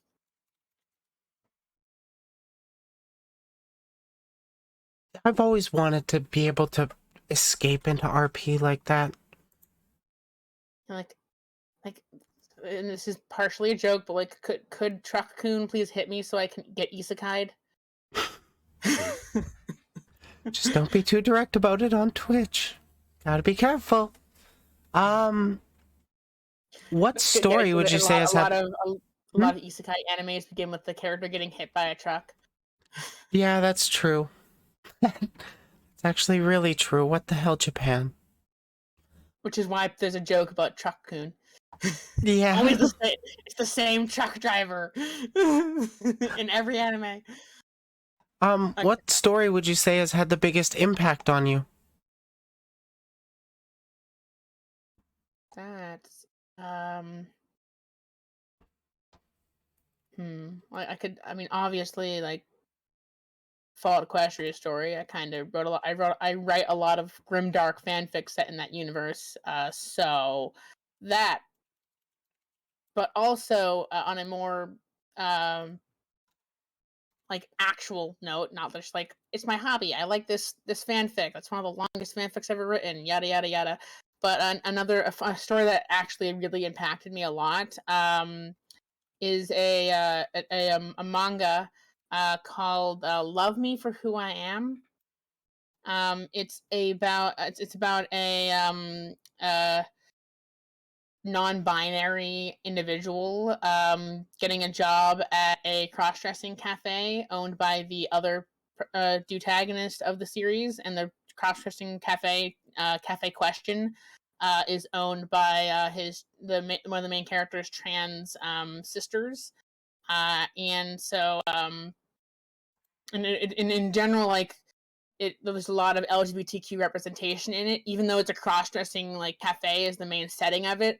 One of the person there is just a femboy. One of them actually turns out to be trans. And then there's another person who's just in it for the cosplay element. So it's like a very, and then there's the main character is non-binary, trans femme presenting, but non-binary, and the book that had them officially like coming out to their parents. Their parents knew, and they were not living with their parents because their parents didn't agree with it, but they just thought it was a phase kind of thing. But when they, because they use they them, the chapters where they were coming out to their parents, like I was like in tears IRL, because like thankfully my parents are a little more accepting than the main character's parents. Spacing on their name, but I don't want to get up and go grab the book and find it. But like I was actually like in tears, like I related so strongly to the like nervousness of coming out, especially non-binary, as I only actually came out to my parents as trans femme. Turns out I'm non-binary, and they're aware of that fact now, but like they're probably not going to use they them for me. My mom, who's the more supportive one, did make the common argument of it's improper grammar. I'm like, it's really not, but It's not. you're accepting in most other aspects, so I'll give you a pass on that comment. And But to yeah, be honest, the use of the singular they is older than the actual sliced bread. So yeah. It's been around. Yeah. Anyway, so like the I think it's like the last book in like the 4 or 5 book series, where the main character, with the help of his I keep using the wrong help of their significant other, who's the other main character of the story, the person whose sister owns the cafe, like they go through a whole like having a dinner with the main character's family, and like they misgendering a fictional character, but I still feel bad about it. Now I might actually cancel you. God damn it. I'm kidding. Let me just take this foot out of my mouth. Anyways, Don't worry, this full conversation's going up live. You're not going to be clipped out of context by me. anyways, they like the whole come out to their parents, and like that reading the entire scene, like I've read some pretty sad things. I've read like sad stories, like The Fault in Our Stars, Looking for Alaska, who have particularly like sad, because John Green's a great author. Anyways, side tangent. But like, even like reading like the sad parts in Fault in Our Stars, like the people have cancer and they're teenagers and they're dying of cancer. Like, and like, yes, that's sad, but like I couldn't necessarily relate to it because I don't have cancer. Or like, or in I'm Looking for Alaska, this girl ends up dying in like a car crash, and it like she seems like she seems like one of the main characters, and like half of the story, spoiler alert, she dies in a car crash, and like it shows the ramifications of that event ripple throughout this boarding school. And like, yeah, I mean, it was sad and I felt bad, but like I wasn't brought to tears by it. And I mean, I might be on the autism spectrum, and that might be part of the reason. But I say might be because I don't have like a formal diagnosis. But anyways, with Love Me for Who I Am, like I was in legit tears. I related so much to the character, like coming out to their parents, and like and especially because their dad was their dad was the like one who primarily didn't believe in them, and their mom, who was seemingly like so distraught by them wanting to dress feminine but also be non-binary, who had had like severe the mom had like severe depression. Apparently the mom ended up like kind of standing up for them and like saying, oh yeah, I've looked up all this stuff, it's not just made up, it actually is a real thing that exists, people being non-binary. And like it may have been what made me realize that I wasn't a trans female. I'm partially female, I'm demigirl, but like it made me realize more that like it cemented the fact that I am non-binary, because like I relate a lot to this individual. Because the main character was assigned male at birth, but is a femme presenting non-binary individual. So That's basically where I fall, though I don't personally use the label demigirl. Just a chick with the dick. But I understand that can be seen as offensive to some other people that don't want to hear that term. So I tend to just stick with trans femme. Yeah, well, you see, another person that I watch, and they're pretty open about this fact, so it's not like I'm outing this individual or anything. But Soul Kaya, like she's a trans woman, doesn't want to get bottom surgery. I can relate to that. Yeah, so it's like I for a long time, before I even realized I was when I was still inside my egg, so to speak, I'm like I like, because I'm still unsure if I want to get bottom surgery. I don't necessarily hate my lower section. I don't necessarily like it. It might be more of an expense thing, like it's too expensive to get the surgery, so I'm not gonna get it, kind of thing. I do live in the United States, and our healthcare system is fucked when it comes to trans care. Even in trans supportive states like the one that I live in. But yeah, so like that was kind of one of the major mental hurdles I had to get over. It's like, maybe I don't want to get rid of it, but maybe I don't think I should have it, or whatever the...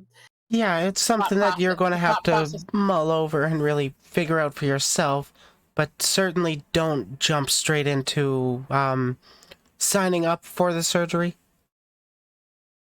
Don't need to remove the giblets to be coded a woman? True.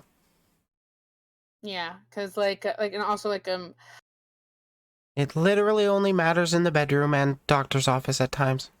And I mean, I'm a Lillian lesbian, if my specific label regarding that. I like femininity and femme-leaning individuals, so like they could technically be a femboy, and I'd probably be interested in them. But the reason Lillian loves me is because, huh? I said okay. Oh, sorry. Yeah, no worries. Keep going. The reason I identify with Lillian lesbian because it included people who are partially female, like if they're bigender or multigendered or gender fluid, or demigender, that kind of thing, yeah. Or demigender kind of thing, as long as they're like femme presenting, it doesn't necessarily. I still consider myself a lesbian because I've mostly had crushes on females in my life, Mm-hmm. and even though I consider myself bi for the longest time, like, but I don't really like any guys until my Boys are amazing. and until my significant other came around. They were the first at the time masculine presenting individual that I actually had a crush on, and turns out they are gender fluid. So I mean, I could still identify as being lesbian because they're female sometimes.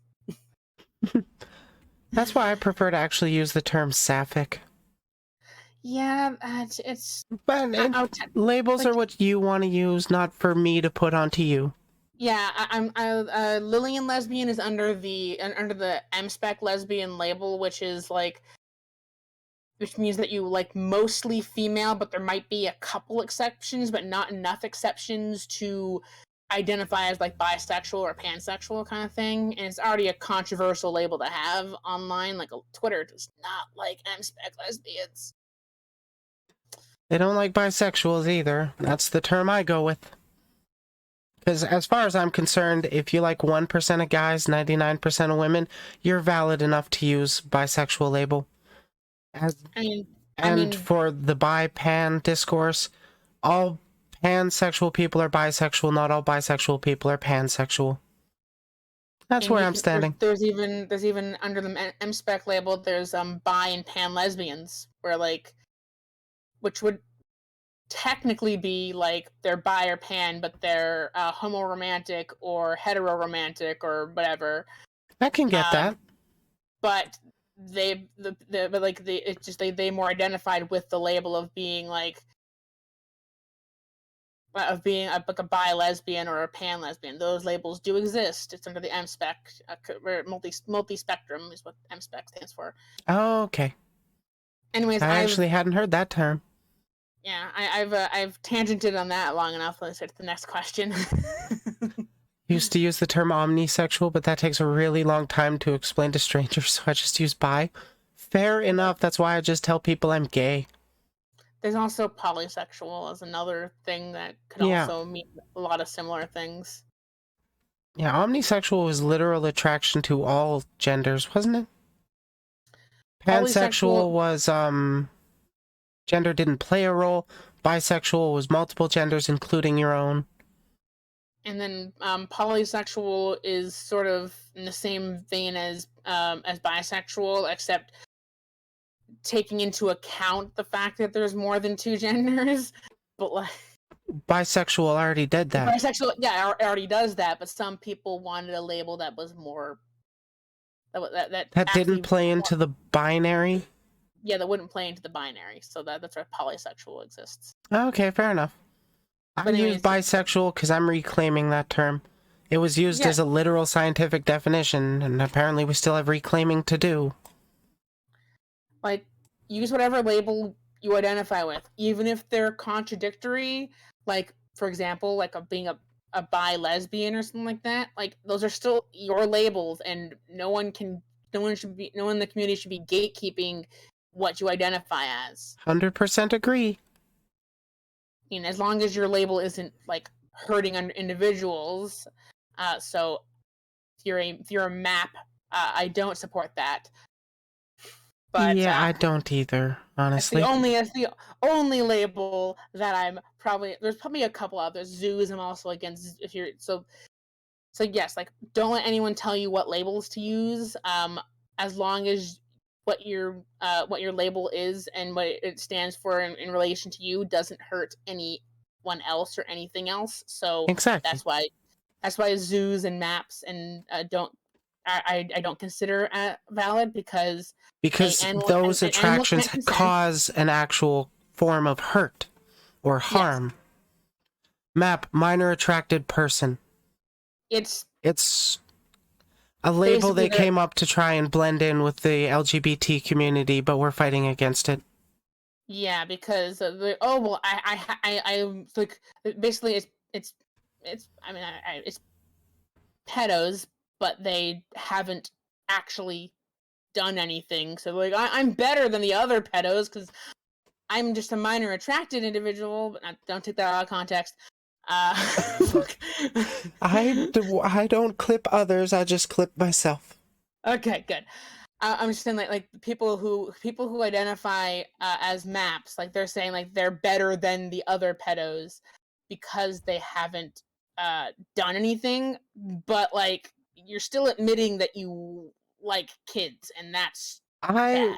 I will never call for direct violence against them, but I do think they should speak to professional help about that. Yeah. That's really it. Because, like, if you do start advocating violence against them, they're just going to go into hiding, and it's going to get worse, and they'll never actually seek the help. Yeah. Same with like zoos, Mm-hmm. zoophiles. Like an animal can't consent, but if someone's openly labeling themselves as a zoophile, stop it. Get some help. Yeah. Stop it. Get some help. I joke about being a monster fucker, but I don't actually sleep with anything besides humans IRL. Yeah. Anyways, An alien, though, if they I've could consent. awkwardly stumbled through this topic. Sorry for bringing it up. Uh, I feel like I put my foot in my mouth a lot of times during this interview. I'm sorry. I'm not terribly bothered by it. Okay. Is there anything on your mind you feel should have more attention brought to it? Aside from, like, the 400 topics that are pretty goddamn important that we've already talked about. I guess like the literal trans genocide that's occurring in the United States. Yeah, people are still denying that one. Like they're othering trans and LGBT individuals so they can, and they're regulating feminine bodies. Like only if you're assigned female at birth makes you a female, and stupid shit like that. Yeah, they're going down a very bad rabbit hole, and To the we've point where seen where these signs point to from previous countries. yeah, I'm also Jewish. And Ooh. so I'm fully aware of like and I have my grandparents on, I think, both sides. They were young at the time, so they don't remember it. But both my mom and my dad's grandparents lived through the Holocaust. Like they and yet my dad still doesn't see the signs when it comes to Trump. But anyways, still doesn't see how Trump could, in the right circumstance, be the next Hitler. But not Really? really. That's a bit of an Okay. extreme comparison because it minimizes the things that the bad things and atrocities that Hitler committed, but at the same time, like there's a lot of eerie similarities between. Honestly, yeah, there are a ton of similarities, and Hitler didn't do it just the once. He took a while to actually build it up, so that makes me actually really worried about seeing Trump's campaign and shit. Yeah, Because, so like, it's like it's not that bad until it is, and then there's no stopping it. yeah, because especially because like it's like, oh well, like the cis people are like, oh well, this doesn't really affect me, and it's like, well, you better speak up now because it might eventually affect you, and by the time you realize it, It'll things be could too get late. bad. So yes, especially the trans genocide and all the states that are like anti-trans and putting in like don't say gay and don't say trans bills on the books and all this kind of stuff, But that law and doesn't even say gay in it. Oh, I hate those people. yeah, and it's like we're protecting parental rights. What about what the parents agree with being gay or trans? You're now affecting their rights. Or the Proud Boys showing up to like threaten a drag performer just because they're reading to kids. They're not Yeah, they're reading to just kids in children. they're not reading to kids in scantily clad outfits. They're reading to kids just in a costume. It'd be the same if a clown read to kids. Would you have an issue with a clown reading to kids? Not to say that drag performers are clowns or a drag performer can't be a clown or have their drag persona be a clown, but I'm just saying like you would be perfectly fine if like someone dressed up as like a clown or as a character from a book and read to children, but suddenly because they're a drag performer, it's bad for them to read to kids. Yeah, because it's deviant. Degenerate. Aside from the topics we've discussed, is there anything else you really rebel against? I'm just going to guess reactionaries in general.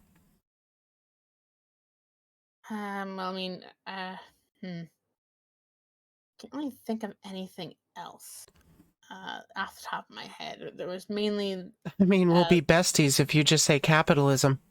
Oh well, I mean, I'm playing Outer Worlds, and I always go against the corporate, capitalistic society in that. So I mean, end stage capitalism is not good. No, it's not. I'm not 100% like I know like the world probably couldn't function like they've tried communism, they've tried No, they haven't. socialism. They didn't work out very well. I definitely have a Honestly, lot they of haven't yet. There have I have a been lot of people that have tried to use the term for what they describe themselves, but currently on Earth, there is not a single communist nation. I will fight anybody on that one. on paper On communism paper. works. I do have a lot more socialist views. I wouldn't necessarily say I'm a socialist. I'm just saying that like I do agree a lot with the a lot of the things. Not to It's get just hard myself to get it canceled. off the ground. Let me just get myself canceled for yet another thing during this interview. So sorry. I feel like I put my foot in my mouth so often with this. But I mean, the full context of the interview is here. So if someone clips Yeah. it, it's like they're being legitimately malicious, like me Yeah, and I'll making a definitely joke. fight against those kinds of assholes, Yeah, because like full context is right here. yeah, like me making a joke about the gratuitous panty shots in an anime, and then like that thing like the context is like I mean, the anime exists, and also like and all that kind of stuff, and there's much worse animes out there, or like and I was joking, or like see another controversial thing I mentioned in this interview, or like when I was like saying when I was quoting what maps say about themselves, but I was using the I me pronoun kind of stuff. Yeah. I wasn't talking about myself, and if they try to clip that out of context, like fuck you. Yeah. All good so far. This is a legit interview. True, I am professional. I've not clipped a single thing. You're good. Honestly, my chat's too cowardly to really clip me out of context. So, like, they'll never clip somebody else. Yeah, I mean, like my anxiety is all worried. Like, oh, I put my foot in my mouth in this interview. I said some things out of context that'd be really bad, but like, thankfully, I took my anxiety medicine before this interview, so I'm not as worried about it right now. Okay, that's good. I say as Personally, I I spent the want last people like to clip five me out of minutes. context. As I say as I spent the last 5 minutes trying to explain myself. Totally not an anxiety tendency. Nope, nope, not at all. Um, see. What do you wish it would be illegal?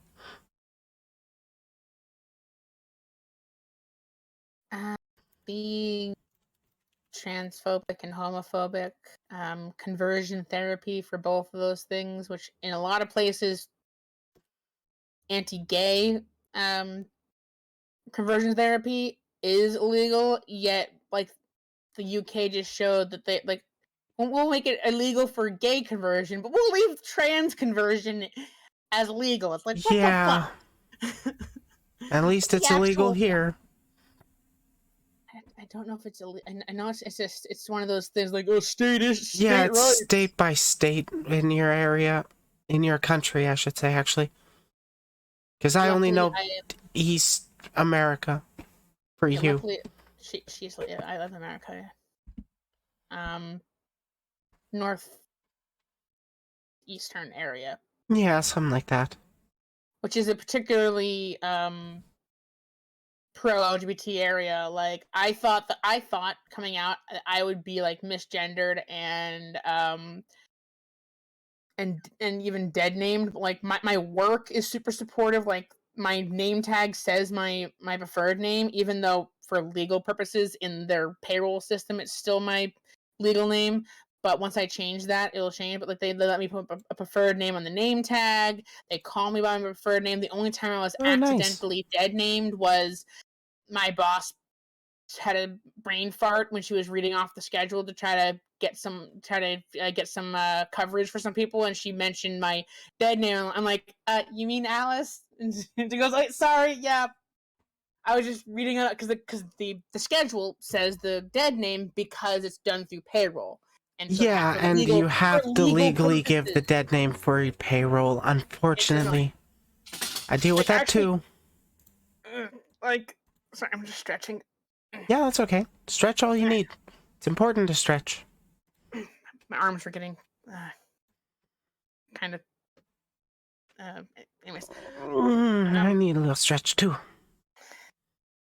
normally my girlfriend's in chat, and every like half an hour or so she'll redeem she'll do conjure water, which is take a drink, or suggestion fix posture, suggestion stretch. So That's pretty either great.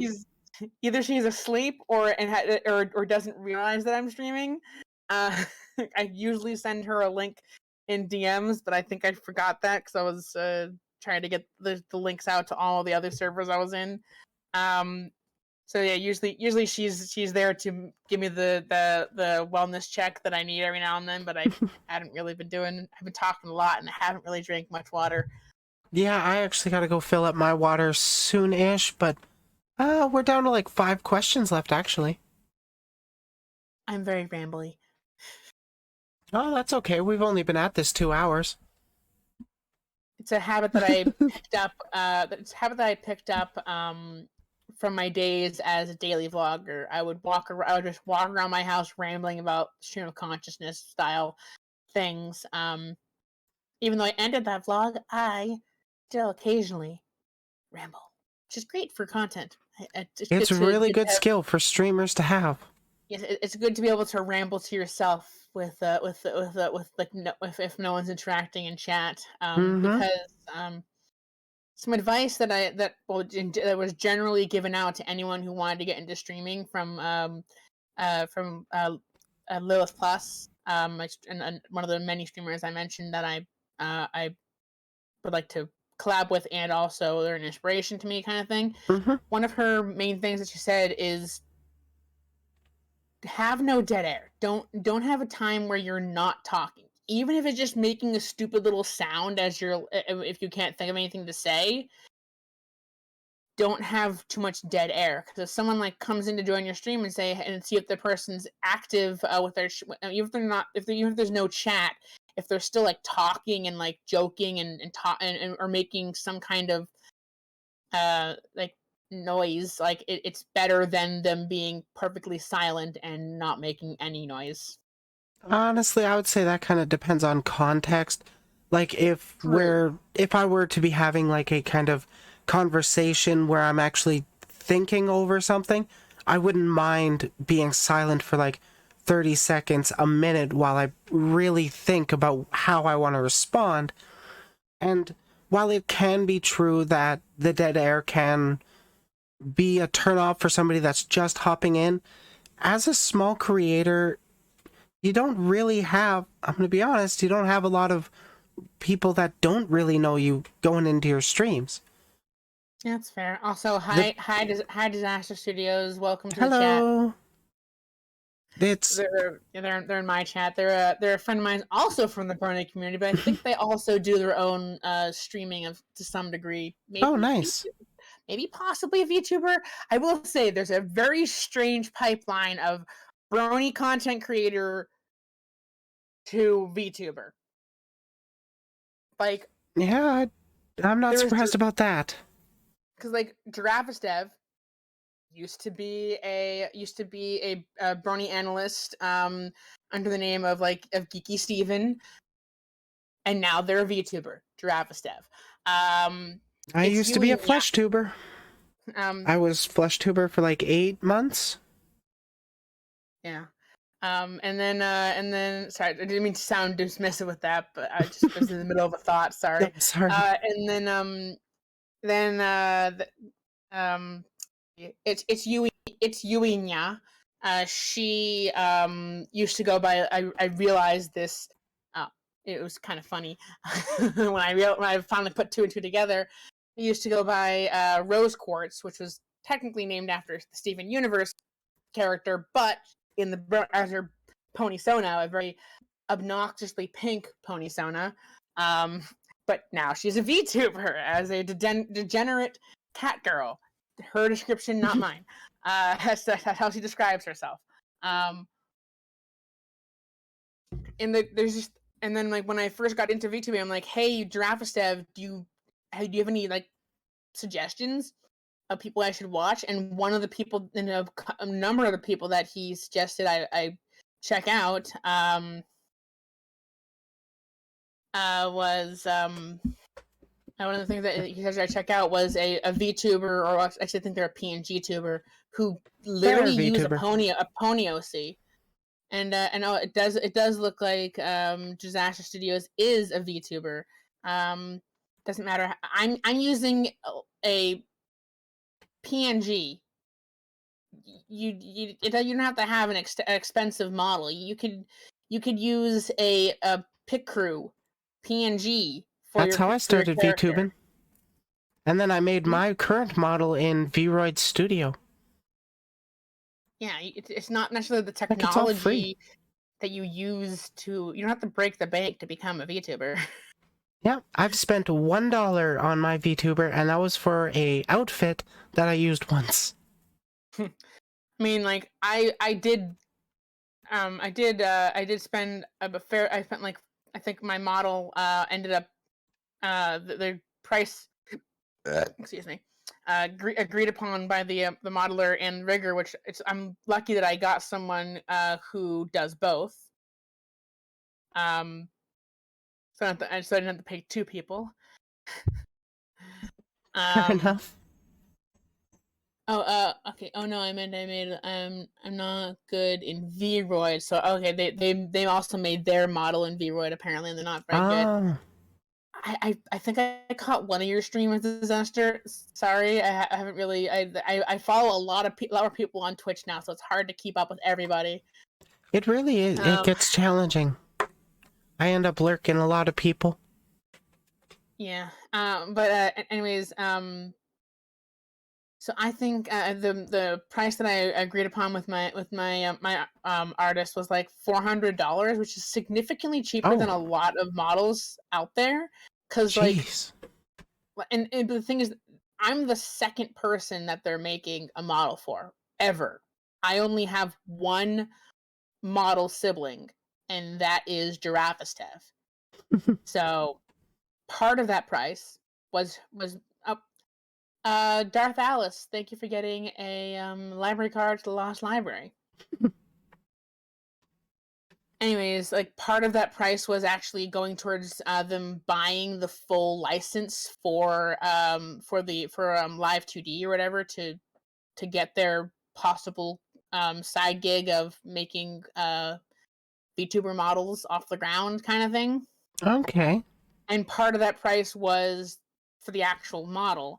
And they're actually, because I made like suggestion, like, you don't have to do this if it was too much trouble. And like apparently I might possibly be able to like stick my tongue out in my model, which is a more advanced rigging than your average VTuber. Like I saw that she had an example in some of the art that she showed me of like the character's tongue sticking out. Like, oh, are you making it so I can track my tongue? I didn't expect that, but that'd be cool. It's like, oh no, it's just an optional mouth option, but I can try to make it so like you can actually track your tongue. I'm like, I mean, if it's not too much extra trouble, that's like an advanced modeling and advanced tracking. Like that's like above and beyond. That would definitely stand out, especially for live 2D.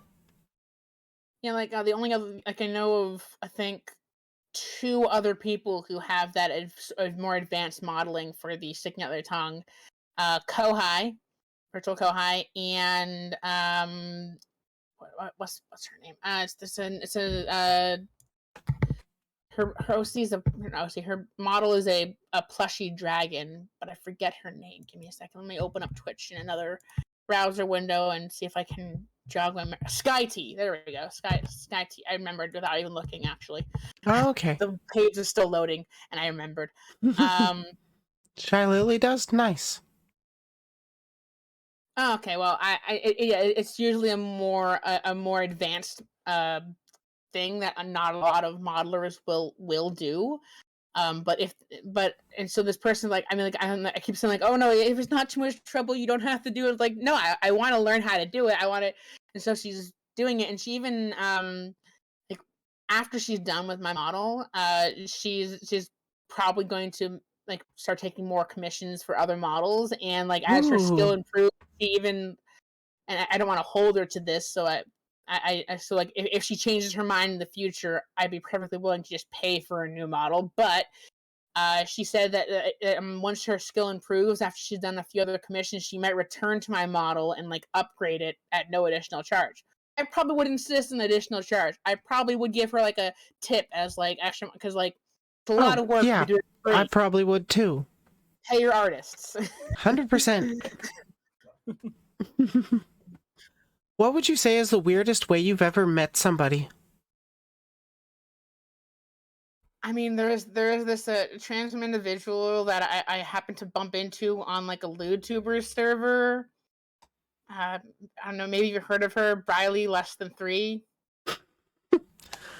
I think I've heard that name before. And Darth Alice, welcome to chat. She's a friend. Also, Disaster Studios posted something. Let me see what that was. I missed it. Okay, I've been streaming for a couple of years now, and I've noticed sometimes hard for me to keep up a conversation going with chat, and chat is empty chat, or weeks of streaming, empty chat after like weeks of streaming. Don't feel good. Yeah, it's understandable. To It's be a struggle. talking to nobody. Like you're like It's a big I was like, challenge to be able to do that, yeah. I always like introduce myself at the beginning of my streams and like, hello, he's, she's, in betweens, and numerous bees. I'm Princess Tariat Tome Teller, first of her name, keeper of lore, collector of tales, reader of fates, founder and leader of the Myceli Archfey. I keep adding Archfey in there. Sorry, Myceli Fey Court and Arbiter of the Lost Library. Like I introduce myself at the beginning of every stream as if I'm talking to a group of individuals, and there's probably maybe just my girlfriend in chat. It's still very good practice for, like, when you get raided or something. Because it's good to have, like, a 30-second elevator speech you can just whip out for the raiders that show up, and then you get back to your regular stuff. Yeah, I mean, mine is particularly long, saying like, because basically my character, as I think I mentioned on Twitter in a thread that you replied to or whatever, where like the character is pseudo royalty. I'm not going to get into the finer points of my lore right now, but because of that, I include a lot of conventions that only really exist for like royalty, like when introducing royalty, and only within like fantasy settings. Like they probably don't in real life do this excessive amount of like introduction. I was You'd just be watching surprised. I was watching Dimension 20's it's a live play thing from College Humor. They had a Game of Thrones meets Candyland season, a Crown of Candy, and some of the characters had this like royal announcement, like it was like this such and such name, first of their name, this title, this title, this title, and this title. And so like that's when I fully put into effect all of Tariat's titles. She ditched Madame in favor of uh in favor, I'll read that comment in a second, Disaster. she ditched Madame in favor of Pwincess. But first of her name, it's definitely a royal thing. Keeper of lore, collector of tales, reader of fates are all things that are all titles, two of which were given to her, one of which she inherited. And then founder and leader of the Myceli, she created herself because she created her own. I'm talking about like it's a different person, but like she created her own Fey court within the established canon of D&D's Fey courts, Myceli, Unseelie, and Seelie, as I mentioned at the beginning. And then Arbiter of the Lost Library, she actually won that title. Basically, it means she's a librarian of this secret hidden library, the Lost Library. And she actually won that from another Archfey in a game of cards. Oh, nice. Anyways, side tangents. I tangent You a love lot. those. Then so Disaster's like, I haven't seen much of your new character since you still characters ever since You used Comic Zanzibar. Actually, it was Comic Q Zanzibar. Get it right. Oh my god. Disaster how living you, up to their name. You call yourself my friend. You don't even know my OC's name. I'm kidding. I'm throwing jokes. I love you. I don't know you. I love you. Yeah. My pony Sona was originally, cause I figured, like I had mentioned, I didn't want to go by comic book because it was too generic, and even though that would make sense for the pony names, but I also didn't want to just go like Comic Sans as like the font name after the font. So their full name was Comic Q Zanzibar. The Q middle initial was just the letter Q. It didn't actually mean anything, but I was going to reveal later that it had like 5 different meanings. They had a long ass name. And then when I transitioned or started my transition, realized I was trans, I actually renamed my OC to Museomin Q Zanzibar, or shortened to Museo Sans. Okay. And their point was that it's been a while since they've caught one of my streams. Sorry for tangenting about that. Quite all right. What's the most amazing natural occurrence you've witnessed? Most amazing. Sorry, take a drink of water. Most amazing natural occurrence. Yeah, like for me, that'd be seeing the Northern Lights.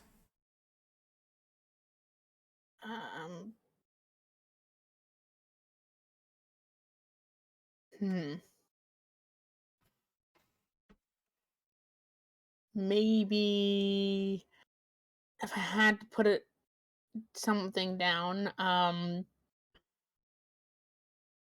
watching the sunrise from a volcano in Hawaii. Oh shit, really? I don't really remember it that well because it was many, many years ago when I was much younger. We went to I think maybe actually we probably went to Maui, not Hawaii, but still in Hawaii.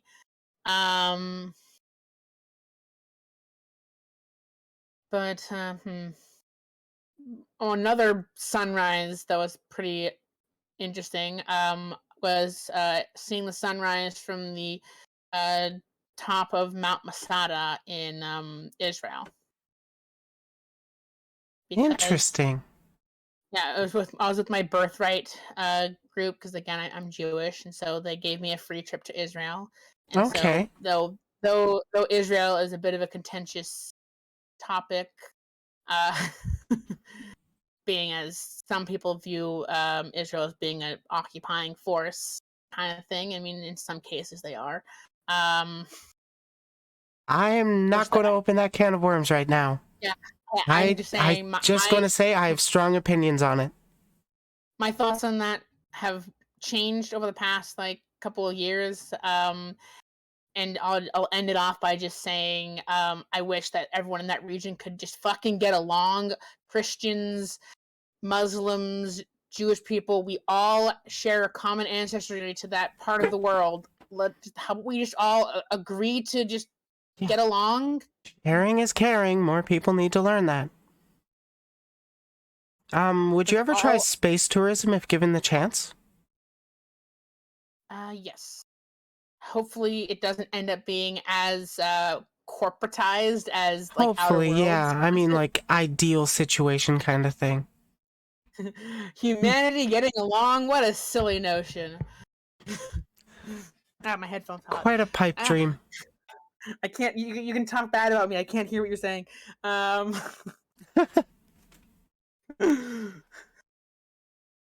Ba-doo. Okay, got my headphone back. Okay, welcome back. Anyways, Disaster Studio also said that they saw a bolt of lightning go completely horizontal in the clouds for a second. That's pretty trippy. Yeah, lightning bolts in general, like if you get a chance to actually like see one clearly, they Your oxygen supply will begin after this 15-second ad. Amazon space program. I mean, ooh, did you just time out Disaster Studios? No. What? Because it's saying I've got Chatterino open, so it says they've been timed out for 8 minutes. They've been timed out for using a slur? Seeing lightning from a plane is pretty pog. That sounds pretty pog. I don't know what slur they ended up using. I guess we'll find out in 8 minutes. Actually, maybe I can I untime someone out? You might be able to. While you're figuring that out, what is something you resent paying for the most? Yeah, okay, I can do untime out. Yeah, I don't know the command. It's slash command? I think yeah, slash. It disappeared. Give me the options. UN. Chatterino doesn't give me those options. A dick. Okay,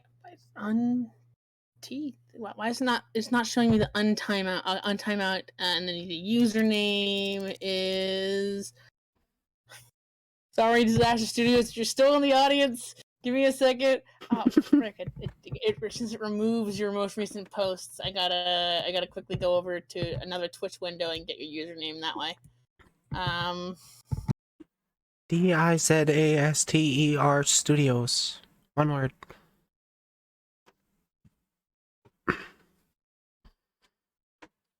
Do. Okay, I don't know what slur they ended up using. But I guess we'll find out in 2 seconds when probably that Ritz one. That one's pretty offensive here on Twitch. And I mean, so... I find it funny that this happened to 4 times. Okay, weird. Okay, they posted a bunch of. Okay, I can actually reveal the. Okay, so I read that comment. Still wanna tax because tax purposes are difficult. Haven't seen my model much. Been a while. Saw a bit of lightning. Oh yeah, mod view. That's a thing. Yeah. Okay. Humanity getting along. It's a silly notion, and the way the world is, I'd Thanos snap it for a Klondike bar. Was the Did thing they spell it with a Y?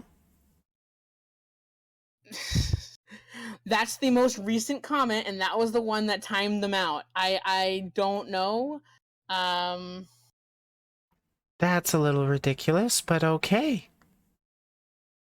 Because, I mean, technically, I guess maybe the slur that they were using was maybe Thanos stat, because that's used to refer to an event in the MCU where half of all of existence was. Yeah, but I wouldn't consider that a slur. Because a slur is a word describing a group of people in a derogatory manner. Yeah, I don't. Maybe I mean it also like Automats are getting a little weird. Oh my god! Oh my god! I think I figured it out. Did they spell Klondike with a Y? No, they didn't, but it could have been from Klondike. Well, they're unmuted. Thanos. I know. Yeah, they're back. I'm sorry. I twitched it automatically. Could have been Nightbot or Stream Elements. Who knows? Yeah, it was. No, okay. So it wasn't Thanos Snap. It probably was Klondike, which is weird because that's a place. It's also a proper noun. It's also the name of an ice cream company. What would you do for a Klondike bar? I'd get banned from Twitch, apparently. So, what do you resent paying for the most? Sorry, that was kind of funny how it ended up working out. Again, I'm sorry. That was on Twitch's end, not mine. If I have to physically go in and like whitelist the word Klondike just so it doesn't happen again, I will, because that's ridiculous. The possible slur at the end of the word Klondike. It was. It's literally that word. The possible slur at the end of Klondike. That's not even how you spell the slur. I know. Oh my god. Oh. Okay, what do I regret paying for? Oh, don't worry, it's no biggie. I mean, I can still respond to your chat by reading them. Yeah, that's fair. But we are coming to the end of this interview. Just got the 2 questions left. Yeah, it was Klondike. I have no clue why Twitch is. It literally is. That's all I typed into your chat, and I'm timed out for 8 minutes. I undid that. Well, it's not the first half of that word. Testing the waters already. Okay, back on topic. Okay. What do you resent paying for the most? I got this laminator because I thought I'd be making like merch to sell at cons for my various YouTube endeavors. Especially the My Little Pony fandom. It didn't end up getting used. It's just sitting back in my closet. It wasn't that expensive, but that's not the point. See what else? I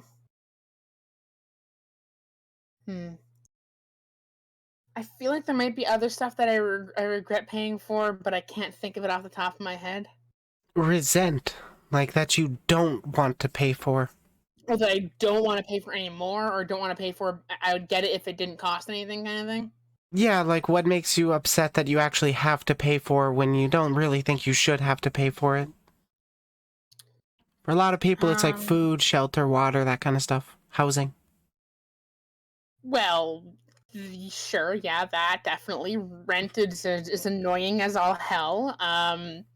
In America, health insurance, having to pay for that shit is not universally guaranteed. That's pretty bullshit. Online services for games like Nintendo and Xbox and all kinds of stuff, like charging you per month to have this like online service that like seriously, like I paid you $60 for the game. Can't that include lifetime access to the freaking online service? But I guess not. Apparently not. No. We're going for the hashtag first world complaint. Hashtag first world problems. Yeah, that's totally fair. What workers would you say have the worst jobs? Saying as I used to have this job and it fucking sucks, especially because it was the first job that I publicly coming out during, and I strongly believe that me being trans is the reason they tried to get me fired, but I can't really prove it in a court of law, so I never pursued the wrongful termination. Yeah, those are fun when they happen. Working retail to any degree. I worked at a gas station by a chain that I will not disclose the name of. on a local level, they were perfectly fine with me coming out as trans and identifying it. Oh, hey, cool! Thank you, Disaster Studios, for gifting a for gifting Tier 1 sub. a gifting a spot on the Misili Fey court Or Moiselle? to Moselle the Fey. It's always good to have other Fey creatures on my court. Yeah. But yeah, retail workers are who you're going with have worse jobs? Yeah, okay. Or like, just not like the top it. worst, but like, they come to mind when you think of what are some of the bad jobs kind of thing. Retail, especially working at like a gas station. Mm-hmm. And okay, so it was the first workplace where I was publicly out because they were on a local level. They were perfectly fine with me changing my name, changing my gender. I'd already kind of been abiding by the female dress code because the female dress code allowed for me to not have to tuck my shirt in, and it literally made no sense to me that guys had to tuck their shirt in. Like, what the fuck? Okay, cool. So like, and then changing my name tag, changing my preferred pronouns. But to them, it seemed like I went away for a week and I came back, and now I'm going by she/her pronouns and a different name. So there are some customers who were perfectly fine with making the change. Some that were not so much okay with making the change, but begrudgingly went along with it, I suppose. I think I got a few complaints to the corporate about the change because Karens are transphobic. Yeah.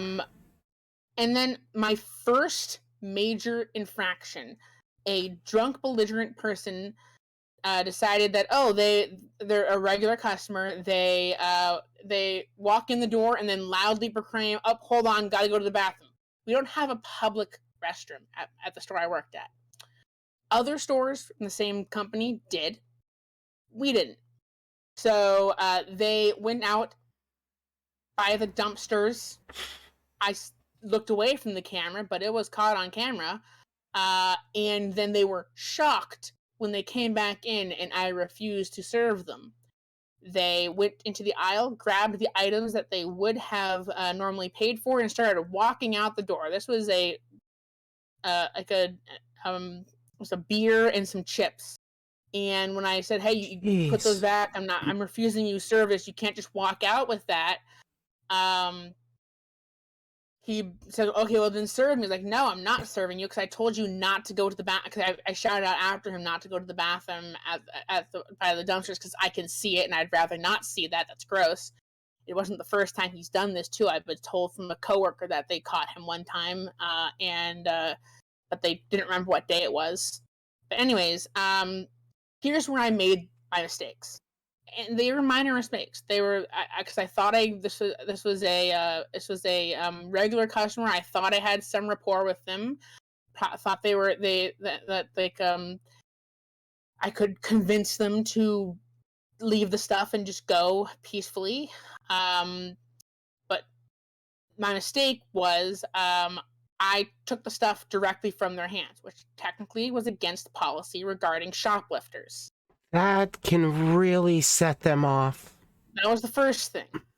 I allegedly laid my hands on him, but that was more just to take the stuff out of his hands. And then the second, so he goes back to the aisle, grabs the second version of everything that he would normally get. And then here's where I made my second mistake. I attempted to persuade him to return the stuff all the way to his car. Not only am I the only person in the store at that time of night, and I'm not supposed to leave the store without locking the door,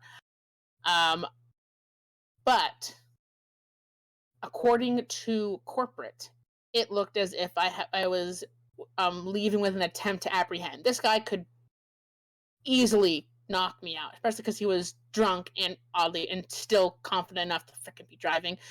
Different story entirely. Girl, protect yourself, seriously. Yeah, so like from a safety standpoint, I made a big no-no trying to walk out. From my point of view, is I was walking out to try to convince him, like being persuasive. But according to corporate, it looked like I was attempting to apprehend, which is against policy. And so even though this was my first in major infraction, maybe second, but the other one was outside of my hands. It was a robber stole over $100 from the register, and apparently you can get written up if they steal over $80. So it possibly could have been my second infraction, but definitely Getting an nothing. infraction for getting robbed is bullshit. It is. Because the argument being that, like, oh well, if there was the 75 in the drawer like they're supposed to, they would have only gotten away with 75. So the fact that there was more in the drawer, you must have colluded with the robber. That's the argument. It's a stupid argument. Are you serious? But that's the argument. Better off without that job, honestly. But anyways, so I mean, there's possible of my second infraction, and they probably have like a 3-strike rule. Probably. But still, you never know. It was nothing that should have caused me to be fired. Disciplined, maybe. Had to retake some courses in their online training, perhaps. But even though the store was short-staffed, even though the manager and the district manager, who the district manager was the one who had to fire me, but because the manager was on administrative leave, but didn't want me to be fired because we're short-staffed. It was out of their hands, and it's like, well, that's fucking ridiculous. That is ridiculous. What the fuck? The conspiracy theory is it was literally a month since I had come out. I came out June. I came out to them June 1st, 2021, I think. Hey, that's when I started streaming. Yeah, and so I jokingly said, like, well, they're not gonna fire me during Pride Month. That looks terrible. But like, they could always fire me in July. July 1st. I got fired at the end of July. Savage. Goddamn corporations. And you see, the company had recently changed hands to being owned by a parent company in Great Britain, and I know that Great Britain's not the biggest fans of trans people. Certain areas can be safe, but the government... So, like, it's possible somewhere along the corporate ladder got wind that I was trans, and they tried to find any possible excuse for me to be fired. And when I went against safety and shoplifting safety protocols in regards to shoplifters, they used it as an excuse to fire me. Unfortunately, kind of hard to prove in a court of law without any, like, yeah, you really need concrete proof of discrimination, which is so hard to get. Yeah, luckily I found my current job, which paid a hell of a lot better. Good. And paid a hell of a lot better. It's perfectly fine with me being openly trans. And they gave me the female uniform.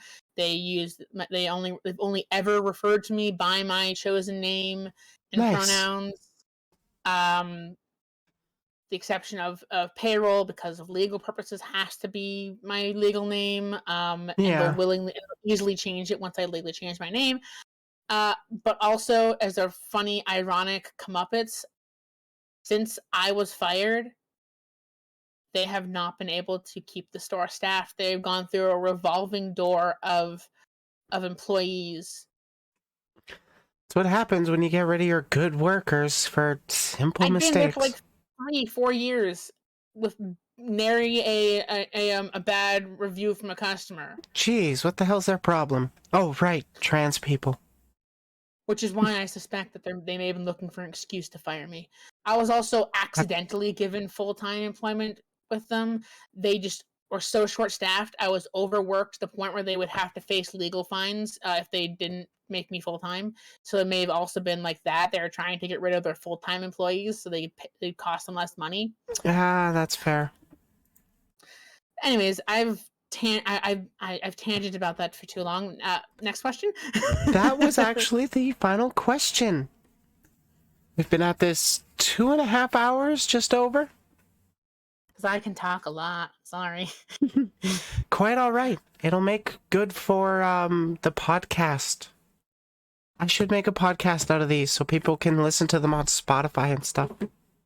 Yeah, or Apple, or... Yeah, wherever you get your podcasts.